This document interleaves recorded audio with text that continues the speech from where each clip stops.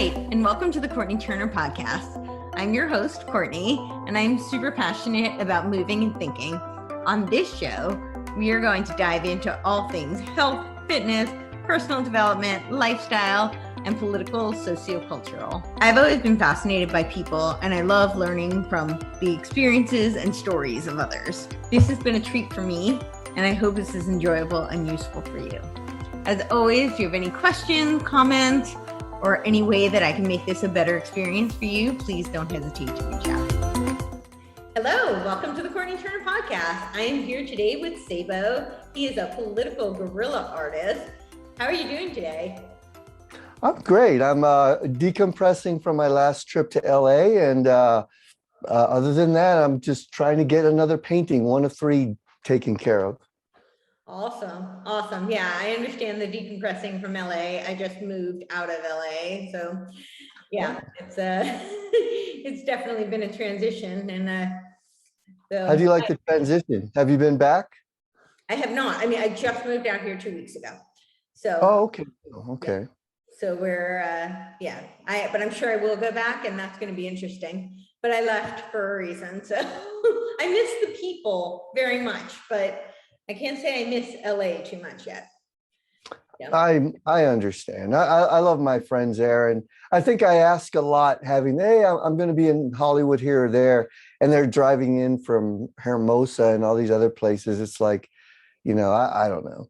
But it's good to see them when I do. But like you said, I think I paid $18 for a cup of coffee and some fake donuts while I was there. And I was like, wait a minute, this place is crazy. That sounds right. Yeah. So you how long ago did you move? How long what? You moved. How long ago did you move? We left right while COVID started. I believe it was in July. We came to Colorado, then we gave Vegas a shot, and then back to Colorado. So it's been over a year, probably like a year and a half. Wow. How do you feel about the move? How do you is it very different? What? If it wasn't for the fact that I lived in a crappy apartment for 13 years, and I wouldn't feel bad. I mean, how should I say? If it was a nice place that we left, I'd probably feel worse about it. But it was time to move anyways. Mm-hmm. And I love LA, but not the LA that currently exists. Colorado, where we live just out of Denver. Mm-hmm. It's odd, but the weather is interesting. It's almost like you have a child and they did acid and they paint clouds in the sky. And you're like, I've never seen a more crazy cloud in my life. And the trees are awesome. And, it's nice to have weather, but, I was recently in LA, and it was what I always knew it to be, just perfect. And you can get spoiled with perfect. Yeah. And I can relate to so much of what you said. So I lived in the same kind of crappy apartment for 13 years as well. And I was definitely very ready to move long before, COVID, or I should have moved earlier, honestly. But that was kind of the final straw for me. And mm-hmm. I'm so excited to have space and have some, privacy and autonomy. These are things I did not have. So I think I really took that for granted. I didn't realize how much I wanted that. Yeah, definitely. And the weather thing, though, is really interesting too, because people are like, aren't you going to miss the perfect weather? And it's like, I grew up on the East Coast. I grew up right outside New York City. I lived in Manhattan for several years before I moved out to LA. And I know I sound strange and I don't deal well with cold, but I actually really missed having seasons. I was like, this is kind of boring. It's like, and I think it does something to people's personalities too. There is something to be said for having to adjust and acclimate, for things not to be perfect all the time. And your environment, your weather, I think, is a huge part of that. So I don't know. That was my thought on all that. No, it is very much so. Like right now, we're about to have to deal with snow probably within a month. Yeah. And I look forward to it. Yeah. I bought a tent. I have a tent on top of my Jeep now. And, it's nice to go out and, just camp a little bit. And I the funny thing is when I was just in LA, this is something that I never would have noticed, but I do see some Jeeps with similar tents on top, and Uh-huh. I almost miss being here. It's like, oh, that looks like my Jeep back in Colorado. But so anyways, it is what it Yeah. is. So did you move because of how crazy things got in LA Um, or was it? yes, yes and no. It was a variety of things. You get to a certain age where everyone's pretty much passed away. All I have is a brother. And me and my brother have always kind of been at each other's throats, but not so bad that we just don't talk. Right. And he got to the point to where I think he needed me around as much as I needed him. Oh, wow. And the COVID thing did not help. There were meth heads squatting in the building where we were at. Wow. If I was single, I would have probably fought a little harder to stay in LA. Right. But it's like we couldn't with 70,000 homeless people running around. There was no way you could even leave your apartment without having worry that someone's going to crawl through the window. Yeah. And that was just enough. No, It- I hear you. Yeah, Totally. Yeah. yeah, it really was.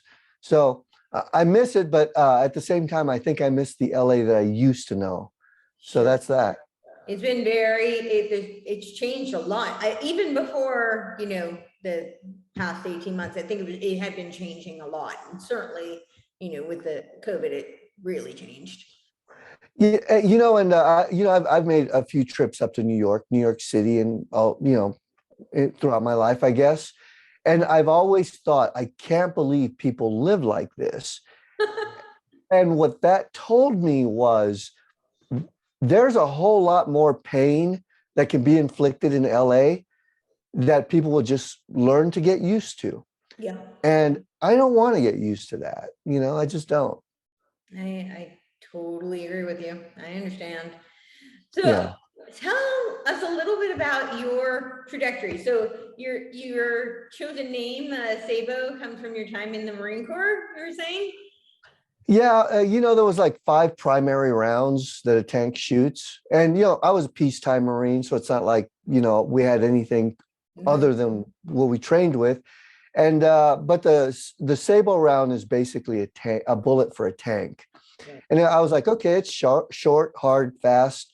It sounds like me. I'm okay, fuck it. I'll just call myself Sabo. But it ends with a T because I believe it's a French word. It means a shoe. Mhm.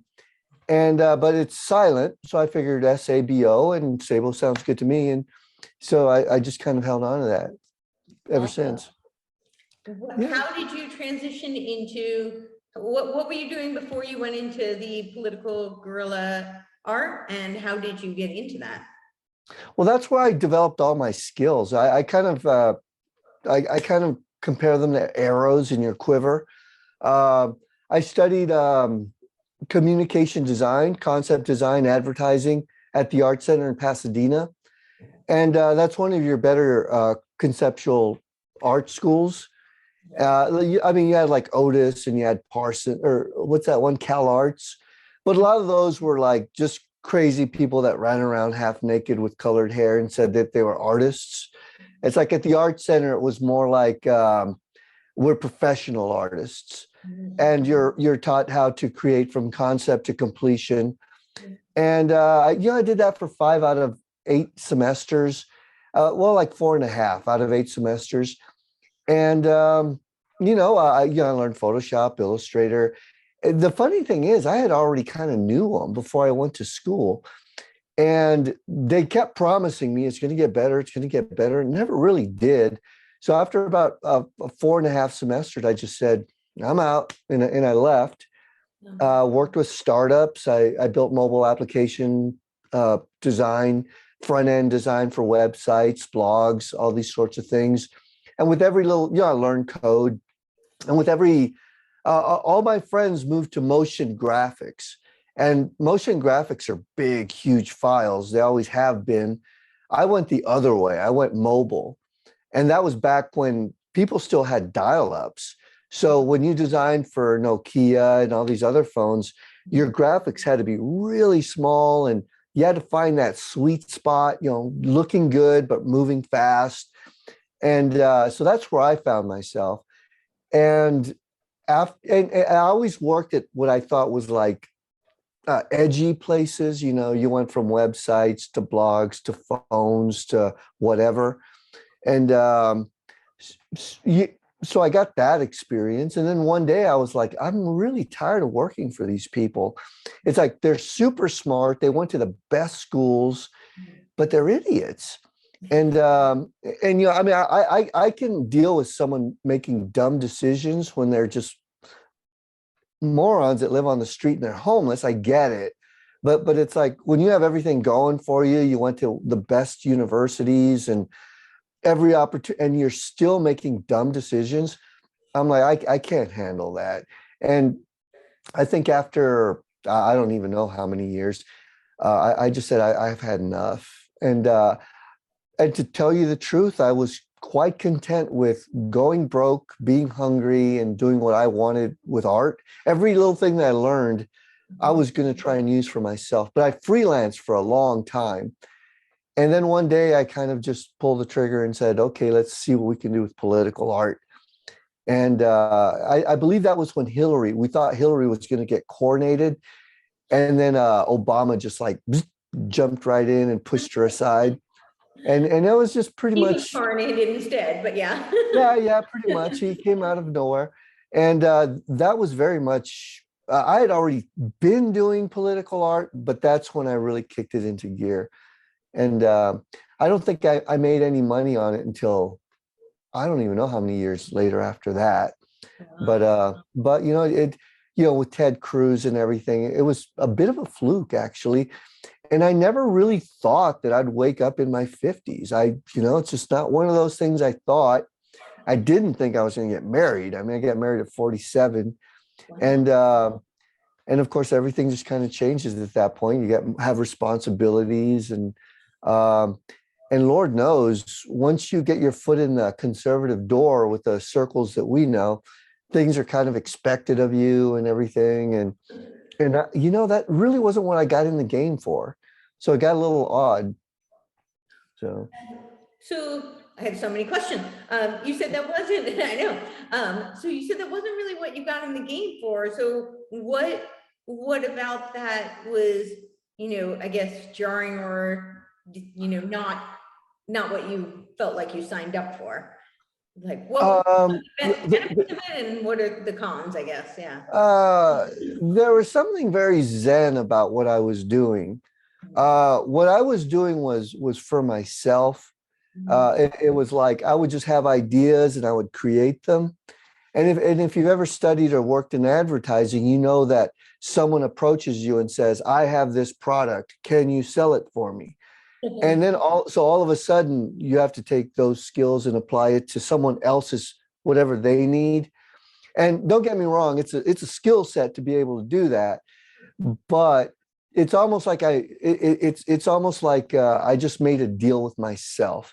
It's like, I'm just going to go outside. I'm going to watch two birds hit. And that's my muse. That's my inspiration. And that's what I'm going to go with. And no one's paying me. No one's expecting anything of me.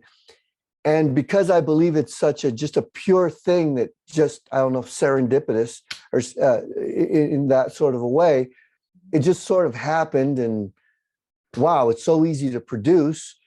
And so there's that. But then all of a sudden, you're a conservative artist and you shouldn't use those words. Ben Shapiro's not going to have you on the show if you're a potty mouth or whatever, or just little things like that. But I think I've been so consistent throughout the years that people know what to expect from me. Mm-hmm. And for some people, I would even say like Crowder. I would even say people like Crowder. They're good Christian people, good family people. And, I would imagine they had conversations with other people and it was like, okay, and that's another thing that kind of gets me. I think you kind of find certain groups within our neighborhood, our community, they become a bit of gatekeepers. And I've always been of the opinion that, you should let people be themselves. And if you're good at what you do and how you maneuver through these situations, you should be able to have a conversation with almost anybody. But don't get me wrong, there are some crazy people out there. And there are some pretty crazy people out there, and I may be considered one of them. I don't know, but it's like whatever. But I've always made it a point to have an interview with almost anybody, especially liberals, because I'm quick enough on my feet, I guess, and so I don't know. So I tend to ramble with my answers, so you have to stop me. No, not at all. I actually didn't find it to be rambling. I think it's really interesting. And one of the points that you alluded to that really resonates for me, I think you're addressing authenticity. And I think that's really important. I think that if people are trying to, regardless of what side of the aisle it's on, that you're trying to mold somebody else's message and curtail, what's authentic to them, that's not productive. I don't think. Yeah, I mean, I have people I love that are hardcore QAnon people. And I don't have a problem with QAnon outside of if I would just say, hey, look, if you've got some information on child blood-sucking vampires in Hollywood, put it out there. Don't feed me little clues. And don't tell me that there's going to be, just make it happen, for God's sakes. That would be my biggest critique.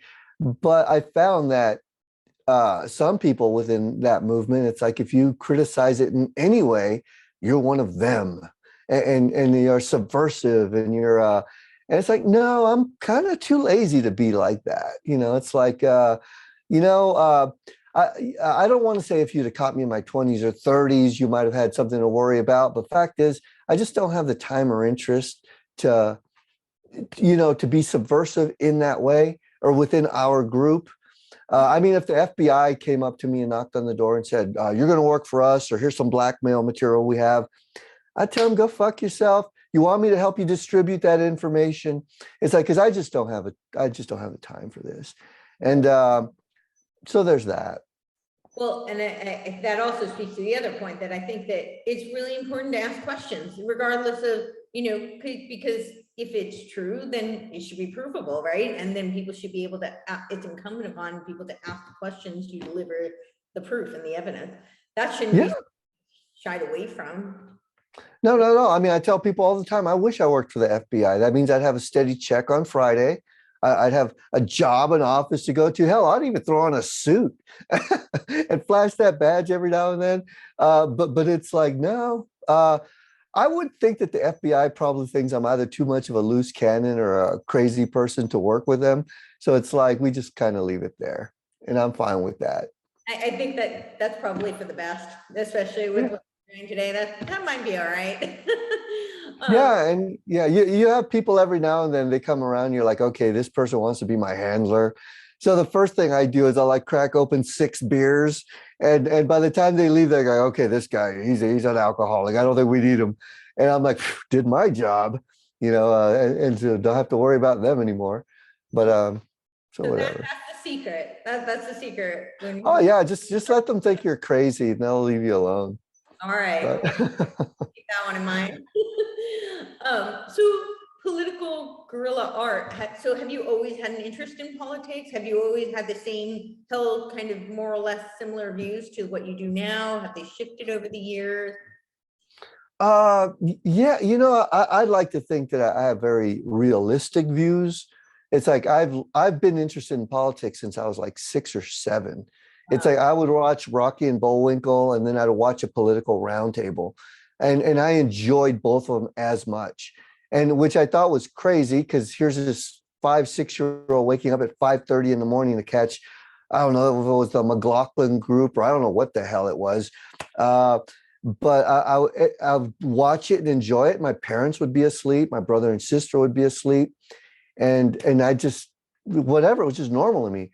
And as time progressed, I would have cousins who are potheads and alcoholics, and we'd grow up in our teens, and they were always getting money from their parents. And I worked, I mowed lawns, I delivered the newspaper, and I always just kind of figured, okay, They get their money from mom and dad. I work for my money. There's a slight difference there. And of course, they grew up to be Democrats, and I grew up to be a Republican. And but I mean, I don't care who you sleep with. I don't care if you want to have a 3, 4, 5 some. It's not my business. It's like I don't. I would hope that you don't steal from me. I would hope that if you have a problem with me, you'll have a conversation with me. I'm not going to hit you. Um, I try to be as upfront as I can, and that's the best that I can do. So I mean, creatively, I don't mind like going out there and trying to think of crazy, like for some strange reason, everyone brings up having sex with children.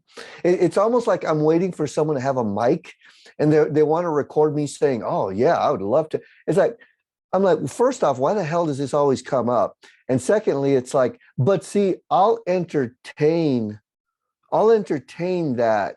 I guess the answer that I gave recently was, I can understand how someone 13, 14, or 15 may be developed in a way that might be attractive, uh, but they're talking about like 5 or 6-year-olds or 4-year-olds. I'm like, come on, that's just plain crazy talk.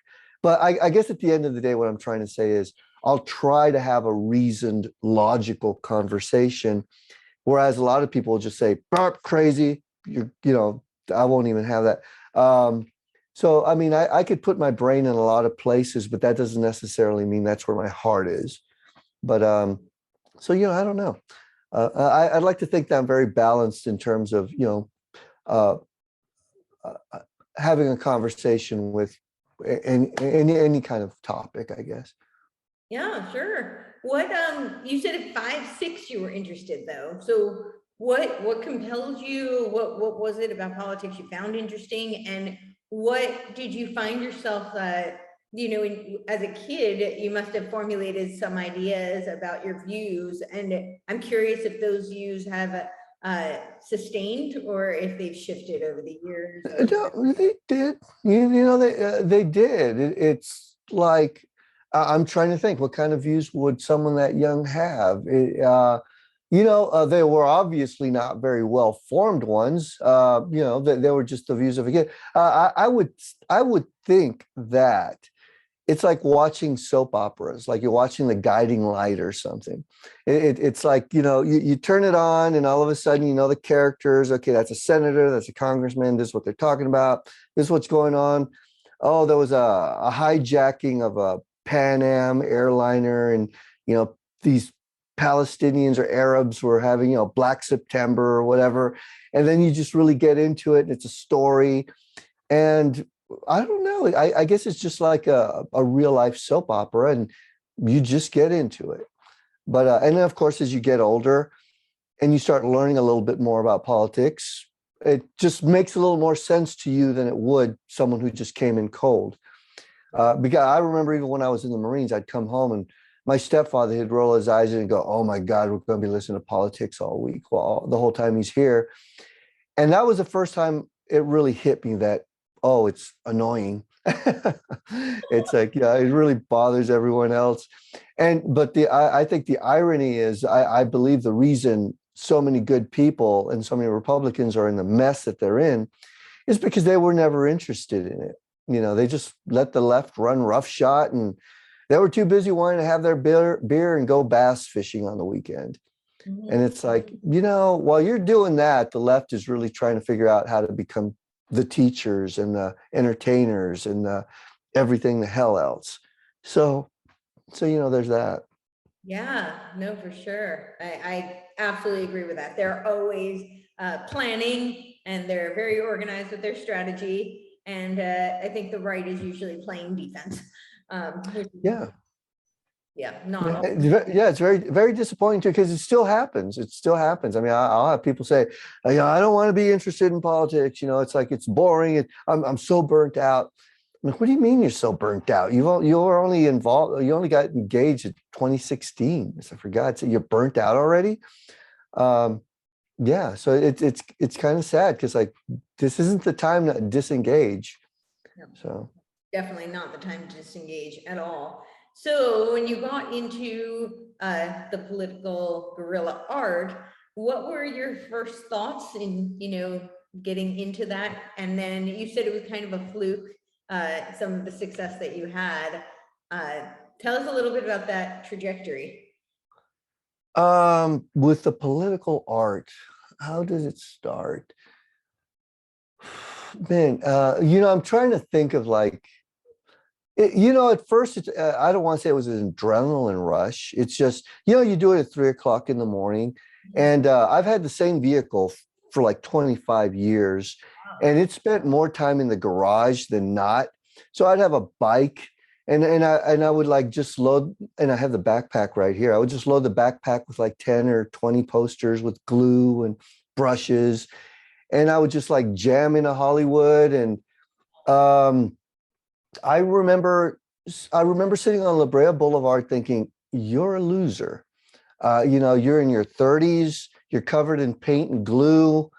The people you were in high school with, they have families, mortgages, new cars, professions.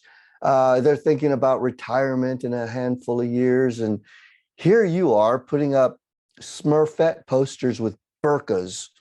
It's like, what the hell is wrong with you? And the answer was, well, that's what happens when you're in your 30s and you're not married, or 40s, God forbid. But I just said, and I've never been a materialistic person. And I remember distinctly telling myself, it's like, you remember all those times you said you didn't care about the car you drove, or you didn't care about this or that or the other. Well, you won. You got what you wanted. You didn't want anything, and you don't have anything. So how can you possibly be upset? And I said, well, I can appreciate that logic, and whatever. I found a level of contentment with that, and that's just what I did. And like I said, I wasn't expecting to wake up 45, 48. And the thought of even being alive, I didn't even entertain. I just, looked at what was going on that day, and I created art. And I had jobs with the startups, and I knew that, you're getting paid well, I guess. And I was like, okay, I'm not very happy. I'm kind of depressed. So I could go out every night drinking with my friends. I can go to restaurants. I have a nice apartment. I have all these things, but I'm not happy. So I just said, let's pull back and see if we can find happiness broke. And I really meditated on that. And there are times I had no idea where the next check was going to be. So I said, you have paint, you have paper, create art, and find a level of sustenance through that. And then I did. And what would happen is I'd forget that I was hungry. And then out of nowhere, as a freelance gig will come, and I'll have $100 or $1,000, and boom, I can eat. I lived like that forever. So, I don't know if it was a meditation. I don't know what it was, but I can tell you I found happiness though. And I remember doing the dishes. I was thinking, haven't been late in a year, broke as hell, live in a crap hole. I'm happy though, and I genuinely was happy. And this was like coming out of depression. And so I found what I was looking for in that regard. And, but, life happened, and, I could run marathons, lift weights. I could do all the physical things. But then the time came when I had to take care of a dying mother, but I really wasn't able to do it there's a different kind of strength that I realized, and that was in having a steady job or something. So I don't know. I then I guess kind of learned how to make money doing this, and then there was that, and that it took a lot of hustling, because it took and now I am kind of, because it's so involved. I mean, it's just so damn involved. I had a couple guys knock on my door. They wanted me to do a project for them. I was so broke. I didn't know if they were going to cancel my utilities, my internet. I was going to get evicted, what I was going to eat. I was that bad off. And these guys knocked on my door and said, hey, we'll pay you to put some posters up for us. And I thought, $2,000, I'll be happy to. And they said, yeah, sure. I was like, fuck. They said yes. And I basically stuck around with them for a little while. I saw how they were operating, and their whole thing was going viral. That's not something I ever thought about. And I was like, okay, my work got censored so fast, it does make sense to have people pick it up, go online, and then it can't be taken down. And it just became a thing. And I'd like to say that I was much better at it than they were, and they really were in it just for the money. And they wanted basically for me to be their employee. And I was like, no, I don't. My days of being someone's employee is over. So that was that. They put up their art, I put up my art, and that was that. Wow. And you said though that the idea of going viral was something that had never occurred to you before. And then how did that shift? Well, what I would do is I would create art. I'd put it out in the street. I'd take photos. I'd put it up on Facebook, primarily Facebook. And that was like before the whole Instagram and everything else. And that's just what I would do. The street art community knew who I was. People in LA knew who I was. And obviously these people found me through the art that I had put up. But one of the biggest problems was how quickly my art got censored, because liberals in Hollywood didn't exactly like what I was doing. And so it just kind of made sense that I don't, the Ted Cruz one wasn't the first one that went viral. I had done something against Shepard Fairey, and I think the LA Times picked it up, and I got a little taste of it then. And I forget which else, but we did something called Subpar. And then that's when people like Glenn Beck took notice. And that's when something like Glenn Beck took notice. And I don't know, it just kind of snowballed after that. People would ask me like, oh, do you know the reporters at the Hollywood Reporter? I'm like, yeah, what's his name? Paul. Yeah, Paul. And then I had no idea who the hell Paul was. And I knew a lot of hackers, and that's just what they call social engineering. So I guess in a way, I just kind of maneuvered my way into that whole little world, and it just became a thing. And with Ted Cruz, that went viral really well, and I was able to pretty much feed myself for the first time. Good thing. Yeah, that was a good thing. So that happened. I'll be honest with you. It's just, you find yourself in this little whirlwind, and I had already been doing it for years. So it's not like it was a new thing, but it kind of became a business. Now you're selling t-shirts and posters and all this kind of stuff. And I wasn't doing that before. Now it's a business, and I don't want to say I didn't like it. I'm just going to say that there are many instances when I would be like driving with a friend of mine, and we'd be putting up posters together, and I'd just be thinking how crazy it was that that's what I did for a living.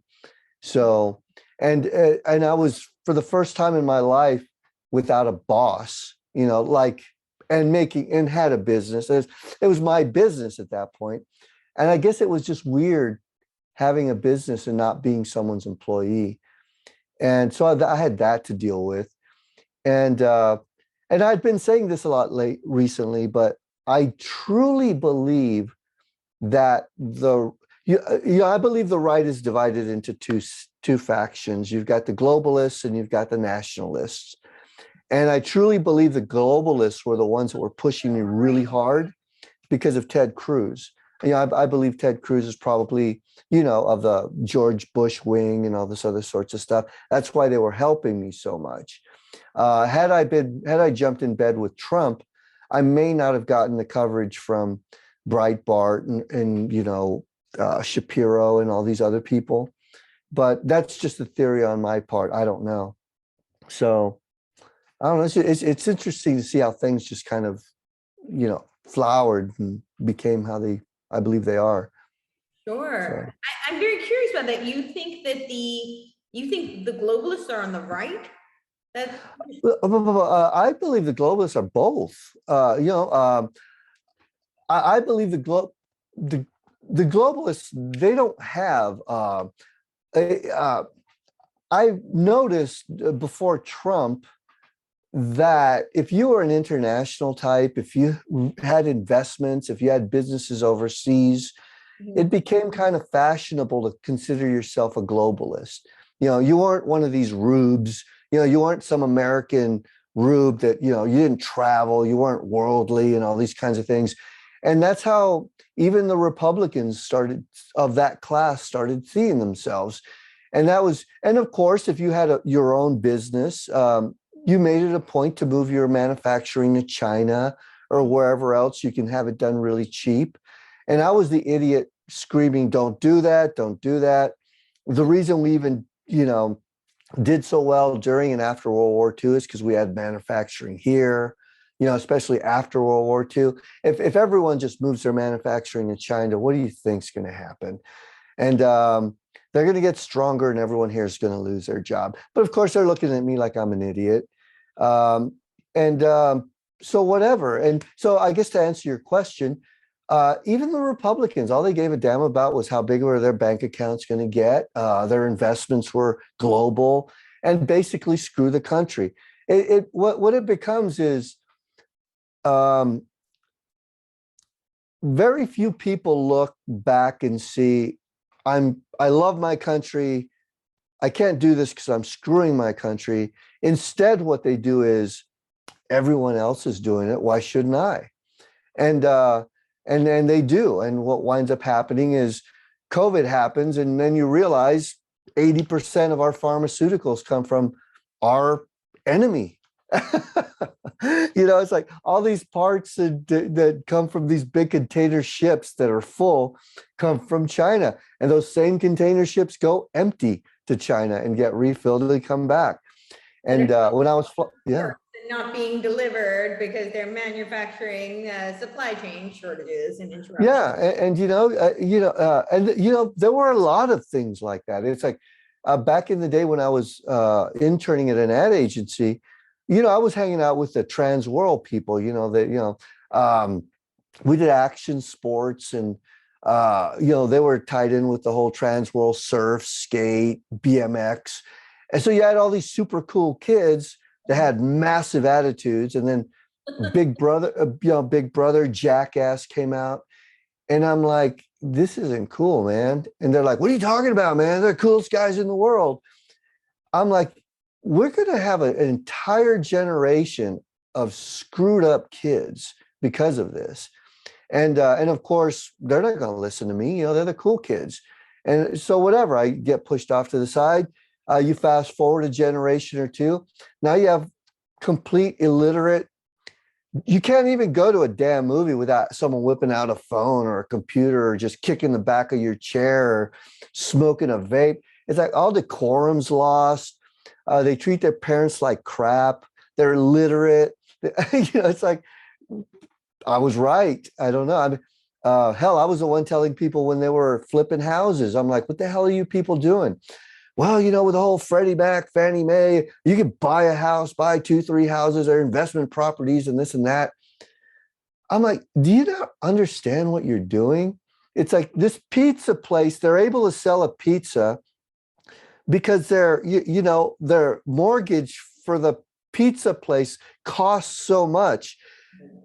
When you're done, that mortgage, or not the mortgage, but the lease for that area is going to be so damn astronomical. They're going to have to make a choice. Are they going to reduce the quality of the ingredients, or are they going to jack up the price of their pizza, or are they going to close their business?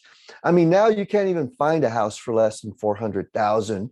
It's like in the past, you could find them for 85, 86, 120, and it's like at the end of the day, be it with Jackass, be it with the housing, be it with, the globalists moving everything to China, I would always just stand back and say, eventually, it's like musical chairs. You're going to be without a chair, and eventually everyone's going to get screwed. And here we are.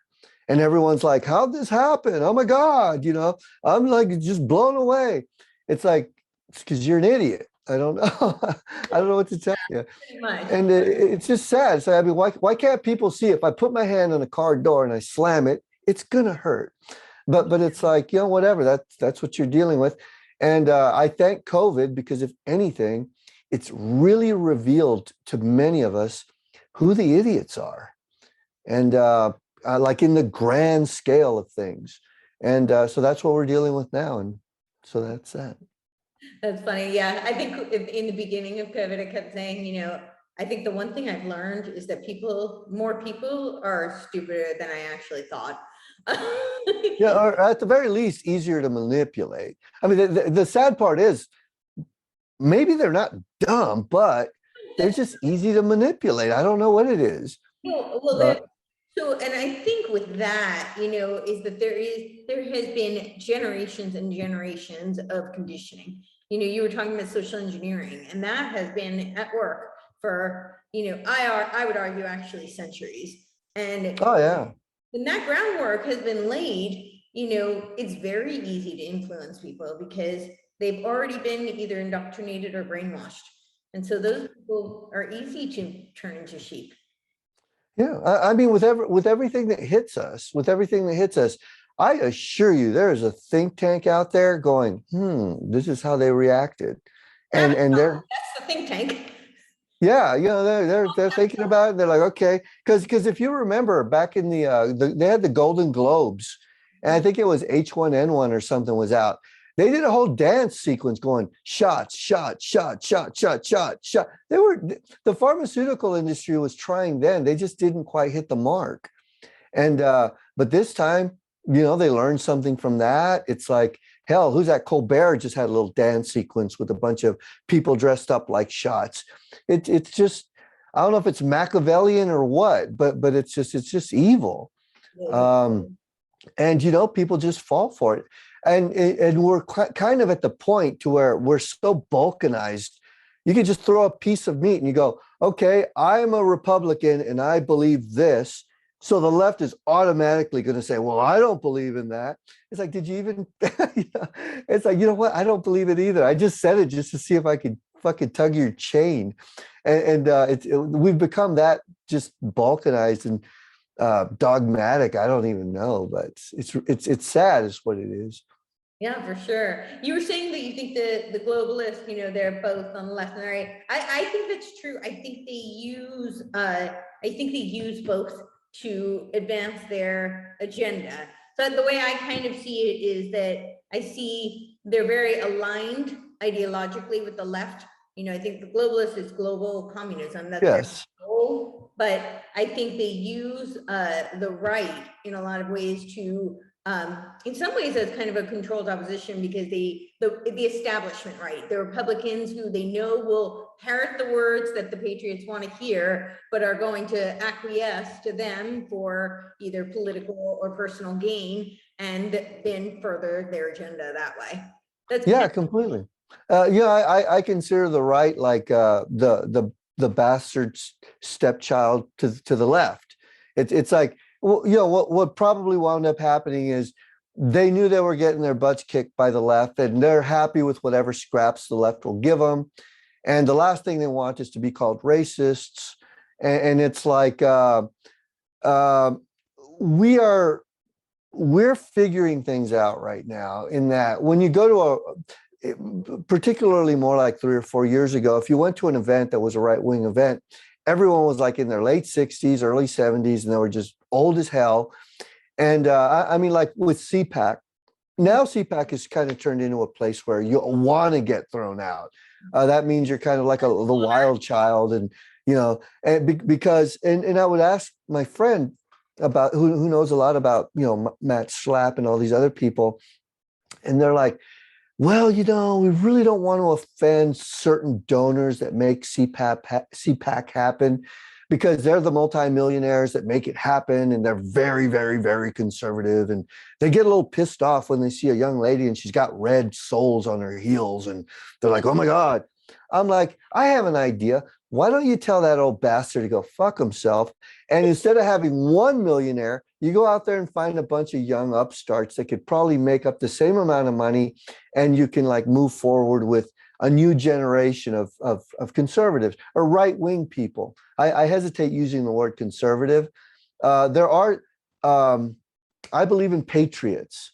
And I do believe in some conservative values, obviously. It's like, but I'm not going to blow smoke up my ass. I was talking to a mutual friend of ours, and she says, well, I guess there are no more, she mentioned the father and wife of like the Beaver, the Cleavers or whatever, Ozzie and Harriet. And I'm like, man, Ozzie and Harriet were having sex parties and no one knew. It's like, that's just how it was back then. It's like the only difference. So you're asking me, oh, well, that's not very conservative. It's like, no, it's conservative to keep it in the closet and lie about it. And then to go to church on Sunday and Wednesday and say that you're the best Christian person in the world. But then, when you're on your off time, and don't get me wrong, I'm not saying they're all that way. I'm just saying, it's just, why bullshit yourself? I don't know. It's like, I know a lot of great people that I consider conservatives that go to bars, cuss like sailors, get into bar fights, and, they don't wear polo shirts. They live in trailers, and they would not be accepted at CPAC. Or whatever. Right. So it's like, and you grow and you learn, I guess. I don't know. Don't get me wrong. I mean, at the end of the day, hell, even I would have loved the beautiful wife with the great kids and the steady job that you're going to retire from. But it's like, I don't know. They're just, I'm not sure if that's would have been the life that I would have, really fit in with. I don't know. But well, I think there's a lot of things that you touched on there. There's, again, the concept of authenticity is something that seems to be really tantamount for you. It's a high value for you. It's very important to you. Integrity, authenticity. But then the other thing I'm hearing you kind of allude to is this notion of freedom, which I think that's kind of where a lot of conservatives wrestle, because personal freedom and then liberty protected by the government are fundamental values of this nation. Right? So that intrinsic to that is that people be able to take personal responsibility and ownership of their free will. And in order to do that, people need to have the liberty to do that, to live their life as they choose. And other people to respect choices that are made. I think where the conflict arises is that there is an element of debasement of culture, and it's a very relevant thing. Part of what makes this country so unique is that we are founded on Judeo-Christian values and principles. That is woven into our founding documents, and it's very integral to the moral fabric of this nation, and that it is very much being destroyed. And it looks like you have thoughts on that. Go ahead. No, I agree. I agree completely. And I may sound like I'm contradicting myself. I may sound like I'm contradicting myself. I would say that I would rather, there are, I guess, ways a person carries themselves, like I was mentioning earlier, decorum. There are certain things that, if I had, those are the ways that I would travel. It's like, I'm not going to have sex parties with my wife. I'm not going to do drugs. Hell, I was offered drugs this last weekend, and it's like, you know what? I'm not a drug guy. Not interested. How should I say? And as you said, that's personal choice. That's a personal choice. And if I wish everyone made that personal choice, because I've seen drugs kill people. I know what it is to be, addicted to alcohol, or God forbid, thank God I've never been a drug guy, but I had more than my share of drug addict, pill popping friends, and they weren't happy. Some of them actually died. And if they had their way and snapped their fingers, they would have purged all that, but they obviously didn't. So it's like, I guess I would say, if you want to do drugs, but don't be crawling through my window to steal my possessions so you can get your next hit, kind of a thing. But I would rather, like my cousins that smoked pot and drank when they were 14, 15, and 16, they were convinced that they were happy. I could tell them that they weren't. I'd say, okay, no, you were drunk and you were high.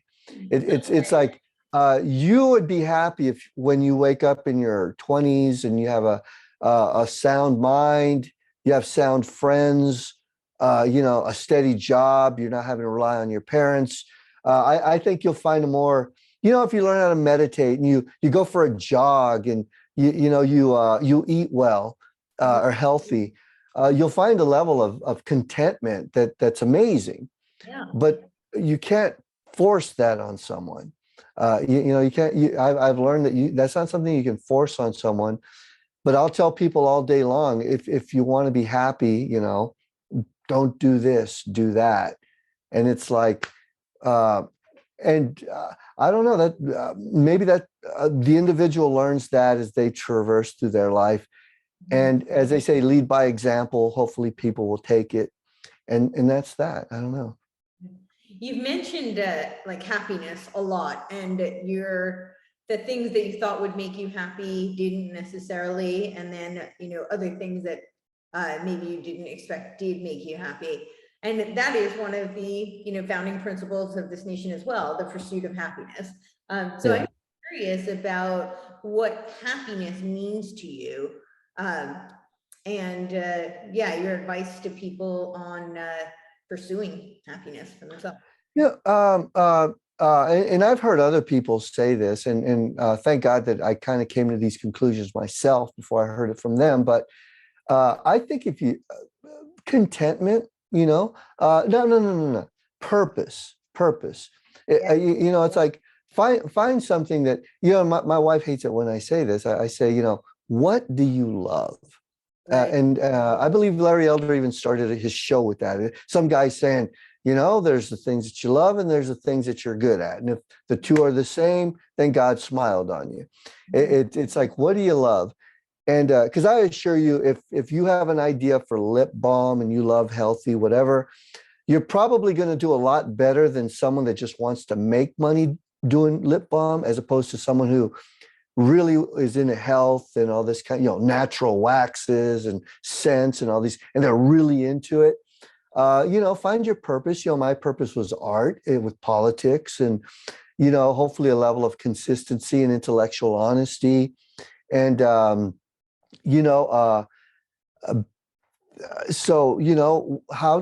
did I find happiness? It was like, in AA, when you do the steps, it's very, everyone says, oh my God, hey, you're an alcoholic. Well, have you ever read the steps? I mean, steps are very simple. It's like, my life is a mess. This is why, this was my part. I'm going to apologize to the people I screwed up. If ever I do it again, I'm going to apologize right away. And I'm going to meditate on that. And then I'm going to try and live the kind of life that, other people can live by that example. And that's what it is. And it's like, once you see what your part is and what your consistent behavior is and how it screws up your life, and that on top of finding purpose in life, you're doing a pretty good deep dive on yourself. Yeah. And that's something a lot of people don't do in general. It's like, even if I wasn't an alcoholic, I would recommend everyone at the age of 31, 32 does something that's similar to the 12 steps. Because what that does is you're calling yourself out on your own bullshit. Yeah. And then it's like, that's when you stop blaming everyone else. And you're like, okay, wow, I do that. And that's why it's okay. I think I'll stop doing that. But, so yeah, I mean, that's where you find happiness. It's like, I would hate to wake up one day and go, damn, I really wish I wanted to be rich, and I fucked up and, I lived a poor life my whole life or whatever. And maybe I should have pursued a lot of money, but it's like, I don't think that that's going to happen. It's like, I'm content and don't get me wrong. I'm focusing on certain things and I hope that they're successful, but my happiness isn't going to revolve around things, like that. I like that when we moved, I got one pod. Everything we owned fit pretty much in that pod. 2/3 of it was for work, and the other thirds was personal stuff. Wow. And it's like, yeah, that's how lean we live. And I was quite happy with it, you know. I don't know. People walk into my place and they go, well, you don't have very much, but what you have is nice, you know. And I just leave it at that. Yeah, you have what you need. So Yeah, you know. that's important. It's for you to decide what you want to have. Right? Yeah, pretty well, whatever. It's like I think it wouldn't be a bad idea to focus on the kind of house where I could produce big scale art. And I'd like to have a room that's, at least 50 by 20 where I can like make my own billboards and paint them. Because I mean, if I ever take over a billboard, that's how much room I need to, Sure. for a billboard. Just little things like that. A vehicle that's not going to break down, something that's reliable, would be great. So, whatever. What are some things so we were talking a little bit about the culture, right? And you're an artist. So Andrew Breitbart would say the politics is downstream from the culture, and art is very, instrumental in influencing the culture, I think, in a lot of ways. So my question to you is, what are some messages you hope to impart with your art, either into the culture, however? Yeah, messages. The messages. I don't know how to answer that question, but I can tell you how I come about it. It's like, I compare it to surfing. It's like, a surfer sits on his board and he's waiting for sets of waves to come in. And, he knows it's going to be anywhere from like 3 to 5 good waves that are going to come in, and he picks the right one, lets 1, 2 go. And then, I meditate and focus like that. And what I mean is, I'm like, okay, Tarantino's coming out with a movie, Once Upon a Time in Hollywood. Epstein is in the news with pedophilia, Hollywood. Roman Polanski is going to be in that movie, or a Roman Polanski character is going to be in that movie. So basically what I'm doing is I'm watching the waves build. It's like, and I know that reporters, they need something to report on. So that helps form the wave. So now on Friday, this big Tarantino movie is coming. Also in the news is Jeffrey Epstein with pedophilia. Roman Polanski's in there. And at that point, I can feel the water pulling back and the waves forming, and boom, I catch it. And it's like, so it's not like I woke up one day and I said, I want to hit pedophilia. And well, I think I'll hit a Tarantino movie. It's like, no, like I said, I saw one bird coming this way. I saw another bird coming this way, and poof, I couldn't deny it. It's like I'm driving, I see a billboard. I'm like, okay, this is how I'm going to take over the billboard. And it just comes together. And, I hit on pedophilia, I hit on Tarantino, I hit on Polanski. I did something that a reporter is actually going to take the time to write about. And if it's a good enough hit, it's going to go viral. And, but, a lot of little things that people see, like a certain person whose name I won't bring up, they just wrote a book, and they're like, I want you to do like a Sabo thing for my book, and I want it to go viral and this and that. And I want everyone to cover what you do. And I'm like, it's not how I work. It's like, that's not how it works. It's like, first off, it sounds like a pet project of yours. Secondly, that may be a ripple, a bit of a wave, but it's not created. It's there. I'm not getting this mass, you know what I'm saying? I mean, if what you're doing vaguely resembles something that's in the news right now, and there's something that's big that's going to happen, and I feel that it's something that we can ride, that's how I think it's going to work. I'm not always right. Sometimes it does work, but it's like, so I guess that if I can't think of any like specific things, it's just, I would think inconsistencies from the people in Hollywood. Like, I may focus on, for a while there, a lot of actors were saying, I'm going to move to Australia because America sucks. now look where Australia is. You know, it's like, is there any way you could work on that?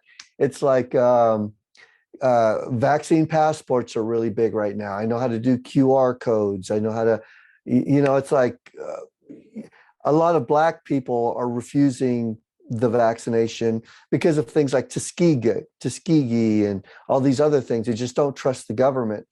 So it's like, well, so what I'm feeling is I'm feeling the churn of the water.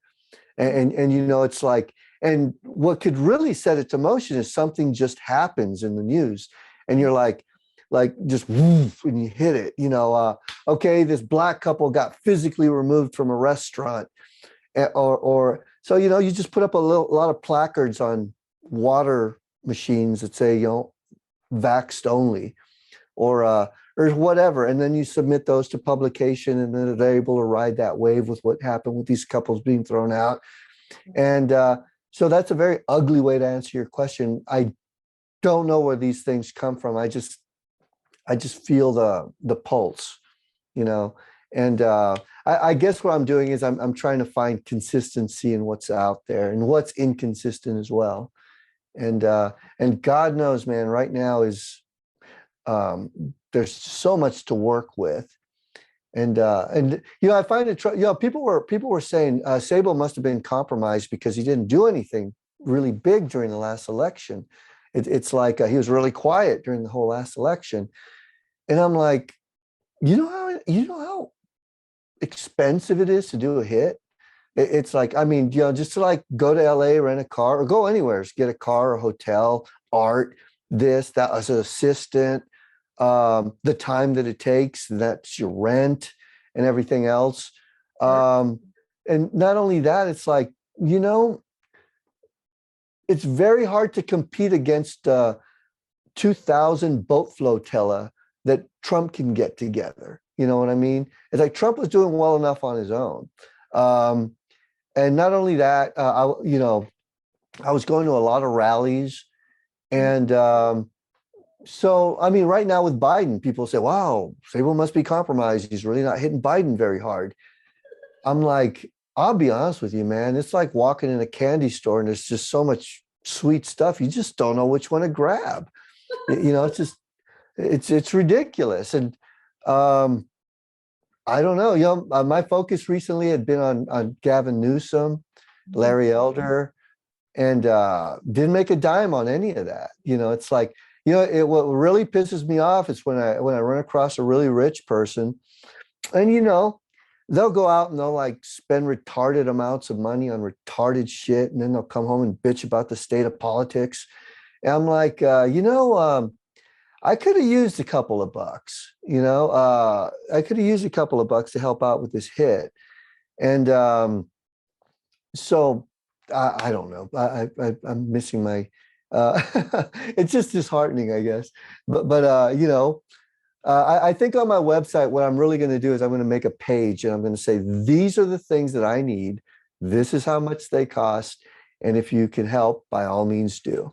And then maybe it might make, I would love to have just a pad of money to where if something happened, I wouldn't have to worry about it. I mean, in terms of like a hit, because I mean, I know that Warnock is going to be running in Atlanta again. I know either Newsom's either going to run again. It could be any of a number of things. And it would be so helpful to, hell, I'd love to just jump in a Tacoma that's not going to break down and just travel across the country and just do hits like that. I don't know. But so whatever. And that kind of, some people may say, well, that's not very Republican. You're supposed to pull yourself up from the bootstraps and, you know, make it happen all on your own, make Blood Savory Agents a super successful business. And it's like, I will, it ain't easy. I don't know what to say. Like I said, I really wish I was as good a businessman as I am an artist. But, and this is a one-man show.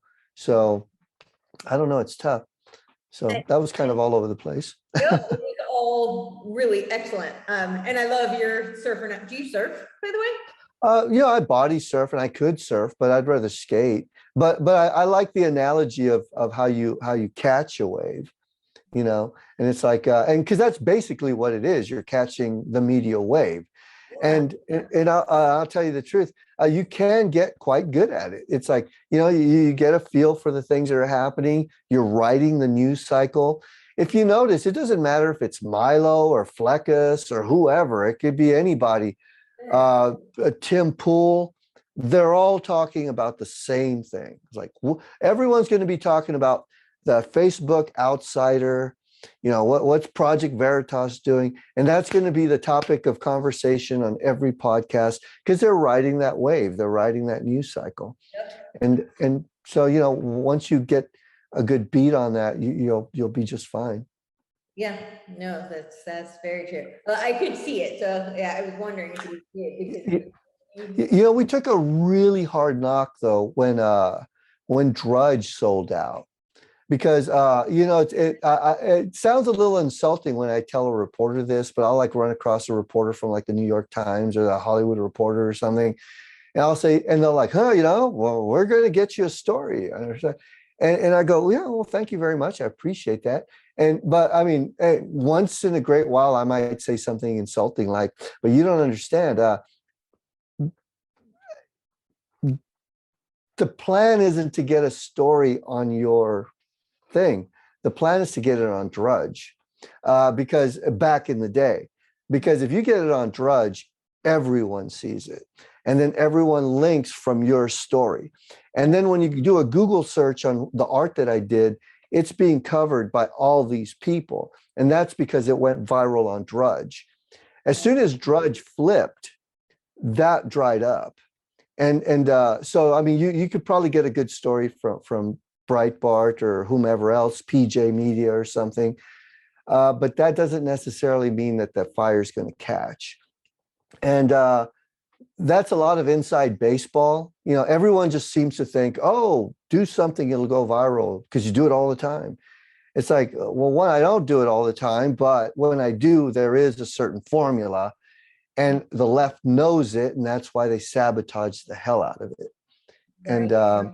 And it's like, I don't know. It is what it is. Yeah. Well, I just want to address something you said about how, they say it's not very Republican. You're supposed to pull yourself up by the bootstraps. Well, I don't know about it being Republican or not being Republican, but I know about being human. And I know that really people do not have success completely as an island. There's people involved, and you have people work together, whether you build alliances, relationships, you have teams, so you need people to contribute. So even if somebody starts a solo business, then there are people buying whatever it is they're selling, and that's relationships. So it's never alone. So I think that that's kind of a misconception, and it's I think and ROI, return of investment. It's like, and I'm being very general when I say this. It's like, you talk ROI for a Republican is, okay, how much do we have in the investments? How much is in the bank accounts? Oh, do I have an extra house? And it's my rental property. Am I getting more on my rent? That's their ROI in their mind. That's not how the left thinks. The left is like, okay, we're really going to invest in Hollywood. We're really going to invest in putting people in the teacher slots, the teachers unions, or this and that. And what's going to be our ROI? We're going to own your kids and how they think. We're going to own the entertainment industry. When someone's going to win a Nobel Peace Prize, we're going to make sure that they get the $100,000, $200,000 award. And we're going to make sure that they're pushing what we want them to push. The people that win the Oscars and all the awards, they're going to get their goodie bags, and they're going to get more famous, and they're going to have agents, are going to more. That's our ROI is when we wake up in the morning. Not only are we going to be richer, which is what all you think about, we're going to be more powerful. We're going to have more strings that we can pull, and we're going to own how your kids think. And it's like, for for us being the smart ones, we kind of missed the train on that one. And I don't mean to talk shit about this one individual. No. Okay, I'll just try to word it in a very, very abstract way. But I visit, and they point at something on the wall. They're like, oh yeah, that's the $80,000 thing. And they literally have like so many of them. It just looks like they just threw them against the wall. And it's like, and they're just sitting there. All I could think is, you have any idea what I could have done with that money? I mean, seriously, it's like what I could have done with that money. And you just have it sitting on your damn wall. And I'm going to be listening to you bitch, moan, and complain the whole time that I'm here about how fucked up the country is. And, and it's just, I'm like, you know what? Okay. And maybe I should, and I've learned to be brutal like that. It's like, if you're a billionaire, if you're like, I know some people up in Silicon Valley and stuff like this, I'm not even nice to them anymore. It's just, look, this is the deal. Do this. Oh, well, we want you to do it our way. Well, your way sucks. And that's why it doesn't work. And it's like, I remember I sent a little text to this one venture capital, hedge fund manager up north. I sent them a link of the latest Batman movie or Justice League movie where Batman says, Flash asks him, so what's your superpower? And Batman looks at him and says, I'm rich. And it's like, dude, I put up art. I wake up at 3 a.m. I break the law. I'm up there 100 feet up. I'm manning a crew of people. Also, we could punch the left in the face. That's my superpower. Your superpower could have provided me a car, the assistant, the hotel room, and the amount of money that you would have spent wouldn't have even bothered you. And but how do you have that conversation with somebody? Well, yeah. So I mean, the whole pulling up by the bootstraps, it's like, I don't want to say that there's only so much that I can do, but it's like, I don't know. I don't look at it as like only so much you can do. The way I look at it is a little bit more like, you clearly have a gift. You have a gift, and you're very fortunate, as you said earlier, that your gift is aligned with your passion.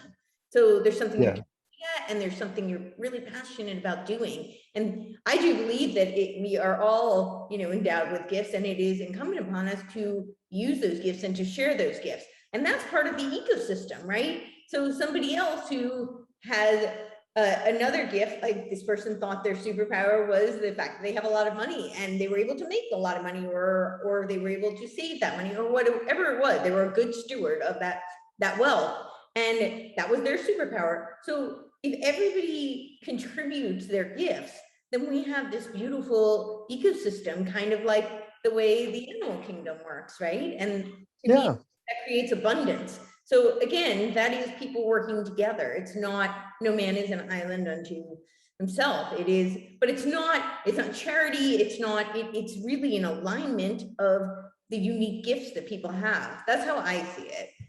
Yeah, and it is. And it's like the left, they've really learned how to work it. I mean, they've turned it into a science.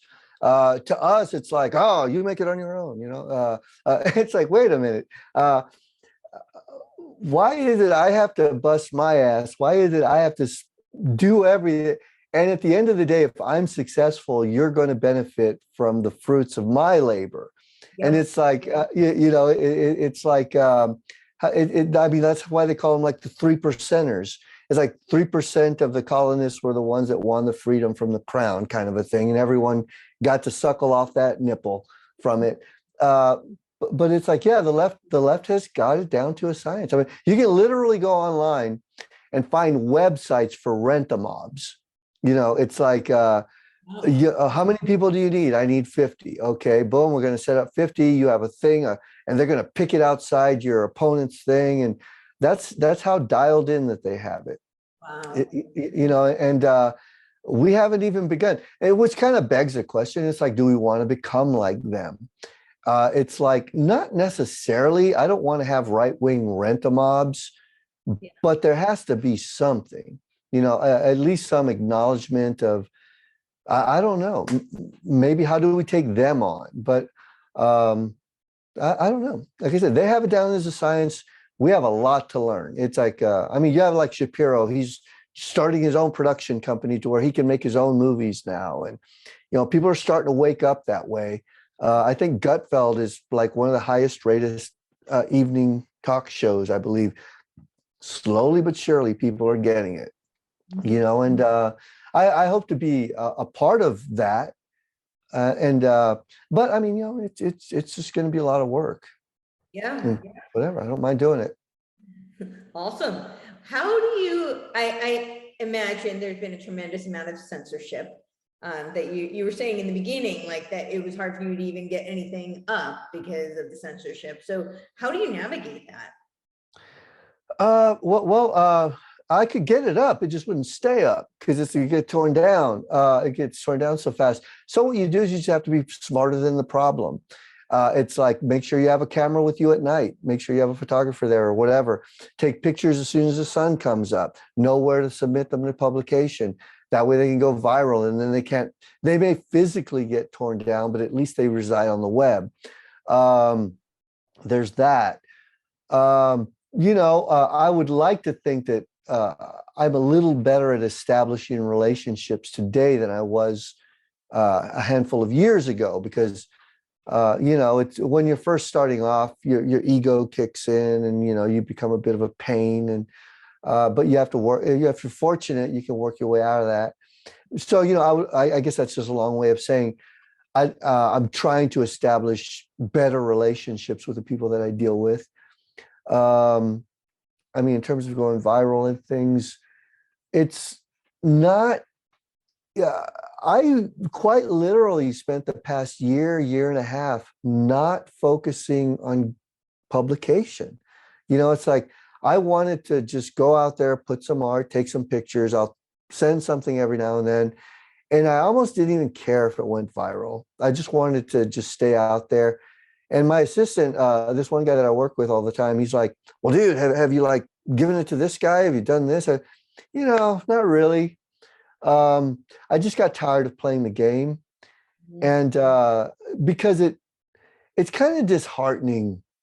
You know, what I mean is you can't bitch, moan, and complain about being behind the eight ball in the whole entertainment and the whole narrative thing, and not help out people that are out there doing the work. I guess what I'm trying to say is I can't tell you how many times I would like just yell going, Andrew Breitbart would be rolling over in his damn grave if he saw how you people were acting at Breitbart, you know, and for not running with this story or not making it more. But that just sounds self-serving on my part, you know, and it really does.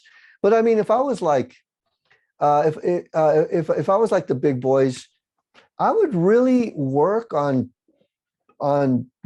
helping people out like Fleckus, or, you know, some of the smaller voices out there that have even good followings. You know, it's like, because as a friend of mine said a long time ago, there's plenty of work for everybody. It's like Gutfeld shouldn't worry that Milo is going to come up and take his spot, Right. or whomever, Gavin McGinnis, or, you know, it's like we should all try and do what we can do to help build that mass that helps to push our narrative. Yeah. And but you know, it seems like, you know, a lot of times people are just at each other's throats. I don't know. There are times I remember I'm driving down the street with my assistant, and I look at him and I go, life was so much easier when we didn't know any other conservatives. And he's like, I know what you mean, man. Because it's like, you know, a lot of them aren't exactly you know, your biggest supporters. So there's that. Yeah, that's super disappointing. Well, I think one of the things you're saying about, like, you know, like Gutfeld shouldn't feel threatened, you know, and so forth, so on. Yeah. I think that's really true. And I understand where it comes from, though, but I think where the misconception is that people seem to think that there's not room for multiple voices. And the reality is that two people could say the same thing, but their voice is unique. So it's going to be received very differently from certain people. So, Yeah. right. And that's why different voices are important. They can be saying the same thing. And I think we need more in, you know, countering the narrative. We do need more voices. But I think that's where it comes from. People feel like, well, if their voice is out there, then there's not room for mine. And that's just not true. Yeah. No, it's not true. And not only that, the voices that they may pick up, or the ears that they may pick up, might not necessarily be your demographic. Right. You That's know? exactly. Yeah. Different people are going to be receptive to other people who might, to two people who might have the same message, but because they relate or resonate with one more than the other. And that's why we need people, yeah. Yeah, I learned along the way. It's like you can't go around burning people, because if you do, it's eventually going to come back and bite you in the ass. Our community's that small, and how should I say? I guess that's my way of saying, like, there's a character named Baked Alaska. It's like he has his own following, he has his own demographic, and all this kind of stuff. And it would be really cool if someone as edgy as that could find a way to herd a younger crowd into our tent. You know, Gutfeld or Hannity isn't exactly going to be like the biggest fan of Baked Alaska, and vice versa. But it's like, at the same time, at the end of the day, they're all kind of working towards the same direction. So at the end of the day, throw the kid a bone. Throw the kid a bone. And I guess what I was trying to say is, even Baked is going to wake up one day and say, maybe talking crap about Jews or whatever isn't exactly benefiting me, and it's whatever. And then maybe he'll learn. And I'm not saying, be baked, but it's like it's kind of like, who's that one guy, Nick Fuentes. I think Nick Fuentes has hell of a chops. A good-looking, powerful kid, great voice, a lot of energy, and it's just in the world, there are times when you have to ask yourself, do I want Coca-Cola to sponsor me, or do I want to be me? And if you come to the conclusion that I really want to be me, then don't bitch, moan, and complain when Coca-Cola doesn't come and advertise with you. But even a guy like Fuentes has to have a come to Jesus moment and say, okay, I don't know, maybe some people are just not the right people. I don't know. I'm contradicting myself, but it's like I have some stickers here. I have some stickers here that are pretty over the top. Okay. And I know that if I have them on my website, they could probably shut my site down. And it's like, so that I have to ask myself, do you want to have a site and compromise yourself to a small degree? Or do you just want to go all balls to the wall and risk losing everything? It's like, I've already lost my Twitter, my PayPal, my Instagram, my whatever. And it's like, the table that a lot of gatekeepers on our side, a place at the table with them. I've already proven that I can be a wild ass. Now the question is, do I want to tone it down, or do I want to play ball a little more to be a part of the group? It's like, not totally sell out. Just know that, I love Alex Jones for that. And Alex Jones is a crazy person, but it's like, that guy's been so consistent, so tenacious, hit and hit and hit and hit. And you know what? He just keeps getting bigger and bigger. And it's like Rush Limbaugh. Rush Limbaugh, it's like he say, if no one made you, then no one can break you. And but everyone and their mother loved Rush. And now everyone's starting to embrace Alex Jones a little bit. Well, so I don't know. He's been in the work for decades, and he's been right quite a bit of the time. So people that. Yeah. So it's unfortunate that he had to go through so much of the persecution in the process, but I'm glad that people are coming around for sure. He's a good ally to have. Yeah, and just so you know, if the camera goes black, not that I think that it will, but that just means the battery died. So it's like, and I don't have a battery to put in it to I don't think there's other batteries charged. But other than that, I think we'll still be all right though. I just want you to know. But yeah, you know, it's like, there's just so many things. There's so many hurdles. It's like I don't know. Yeah. It's I mean, I do a YouTube thing. I do a YouTube thing like 4 times a week. Okay. And you know, I get very small numbers. I don't tell anybody. I don't go online and say, hey, I'm doing this. Right. And it's just therapeutic for me Mhm. because it's like I could quite literally just spend all day in this little dungeon by myself. The only person I talk to is my wife. And in the time that I've been doing it, I can speak for an hour without any script and Wow. live. And that takes some experience. Yeah, it takes some practice. Yeah. And now I kind of know that, okay, if you really want to keep doing this, Mhm. don't become like everyone else and don't talk about what happened today. You can talk about what happened today, but it doesn't necessarily have to be just that. Mhm. And, you know, put your own spin on it. And then once you feel comfortable, then let people know. And who knows? But, and I do it with the understanding that it may not go anywhere, number one.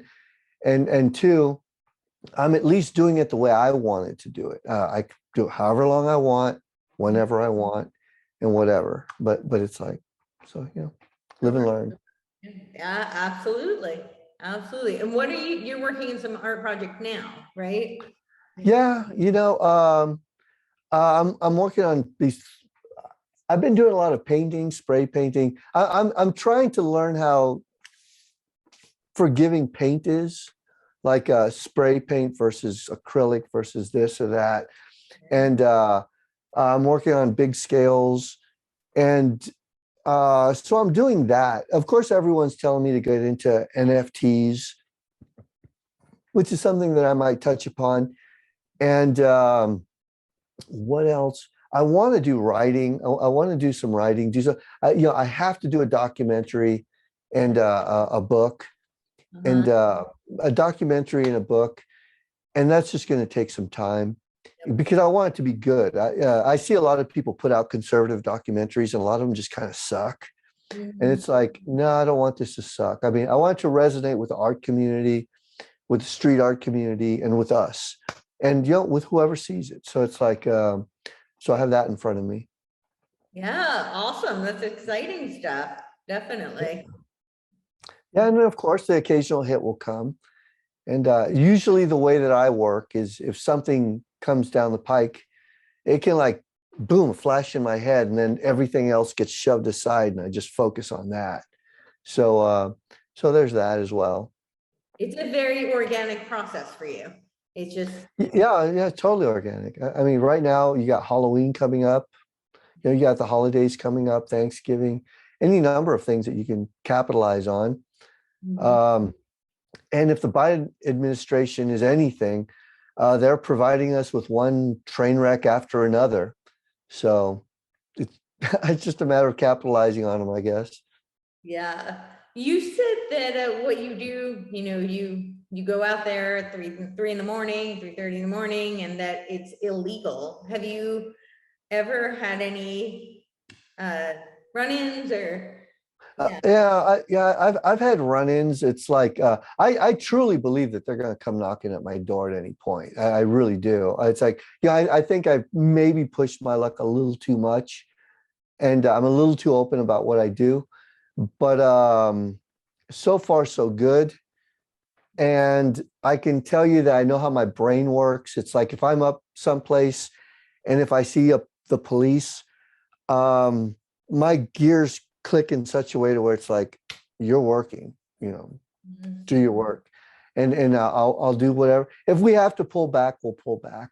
But it's like, I don't give them a hard time. It's like if they say, oh, take that poster down, it's like, okay, yes, sir, no, sir. And that's that.